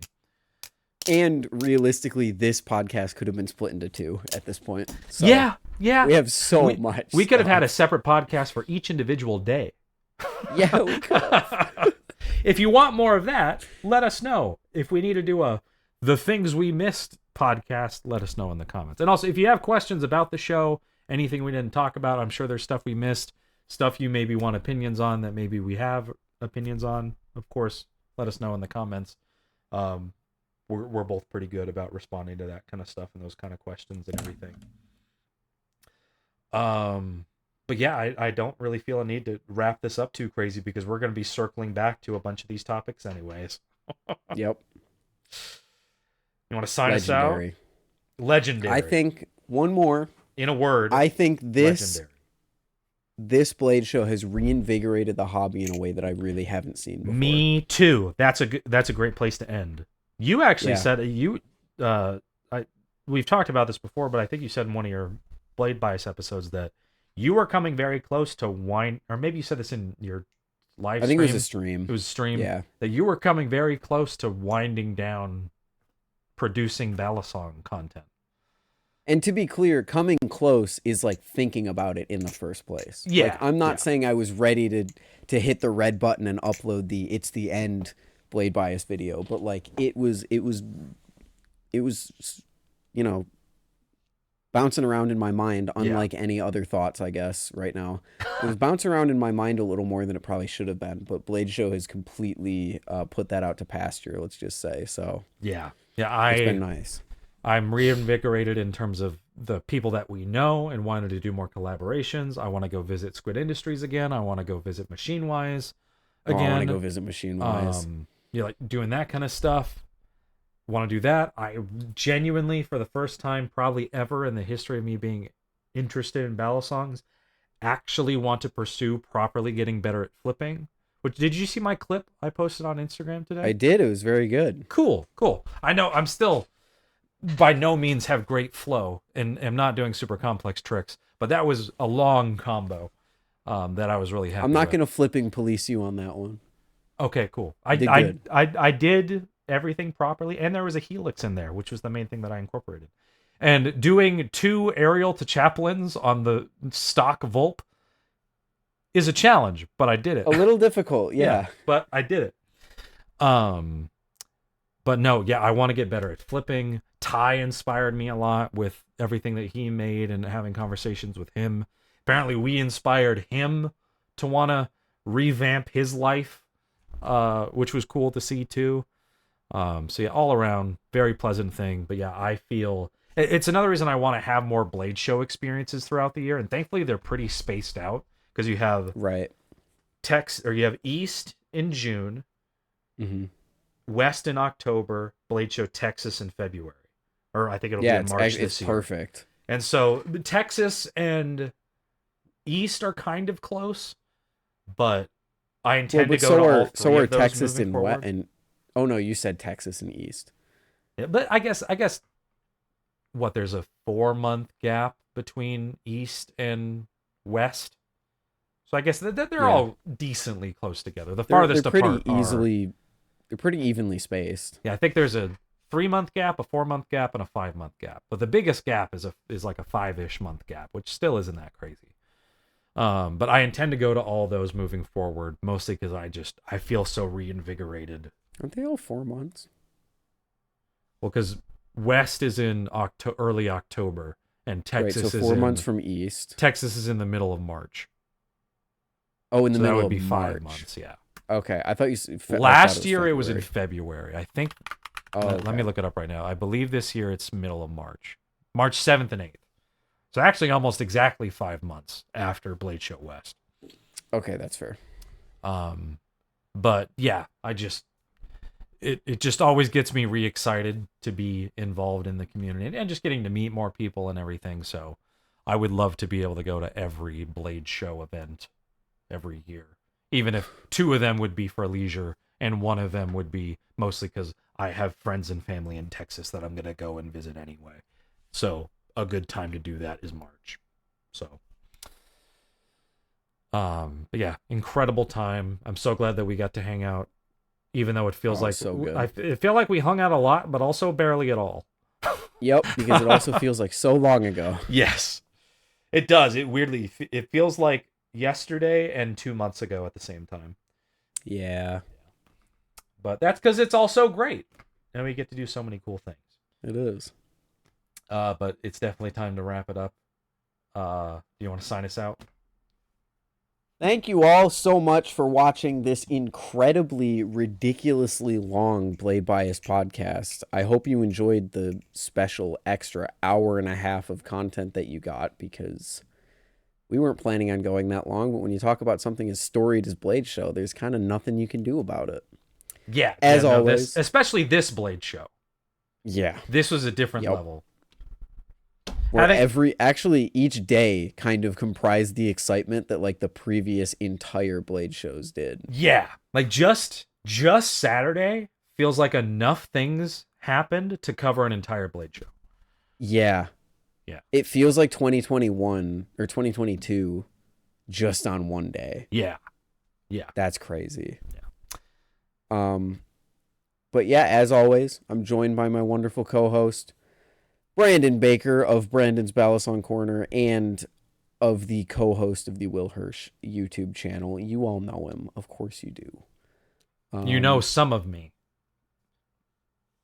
Clones. Yes, and then some of the true. real Brandon, but he might show up later. He's hidden in a closet that was launched into space. Yeah, if you look closely, you during can the actually Civil War. If you look closely, you can actually see him in the liminal space in the corner. So, Okay. because that's where they live. You. The Empire wants you. You. You. You. All right. Vader. Tickle, tickle. We're going to get out of here. Thank you all so much for watching. Brandon, would you like to say anything before we end? I appreciate every single one of you that makes it to the end of these things. And being able to do this podcast is one of my favorite things that I get to do in this hobby. And it's a lovely time. So thank you, Ethan, for being such a lovely co-host. Well, thank you for being such a lovely co-host. And we actually release this more than once a year. No shade towards Ty, but it's a little more consistent now, which is great. No shade, but a little shade. Like, yeah, like what's on my face? Like, I blocked not the a full, like, not my full face covered in shadow, but just like there's none on my forehead. There's a little on my forehead. Just tad. But hey, he's coming in hot and heavy with that Battlesong documentary. So he is. That could end up being the best video that's ever been produced in the history of this entire hobby. So I think there's a good chance. And you know what? When he releases it, I'm gonna get hot and heavy with him, if you know what I mean. Have sex.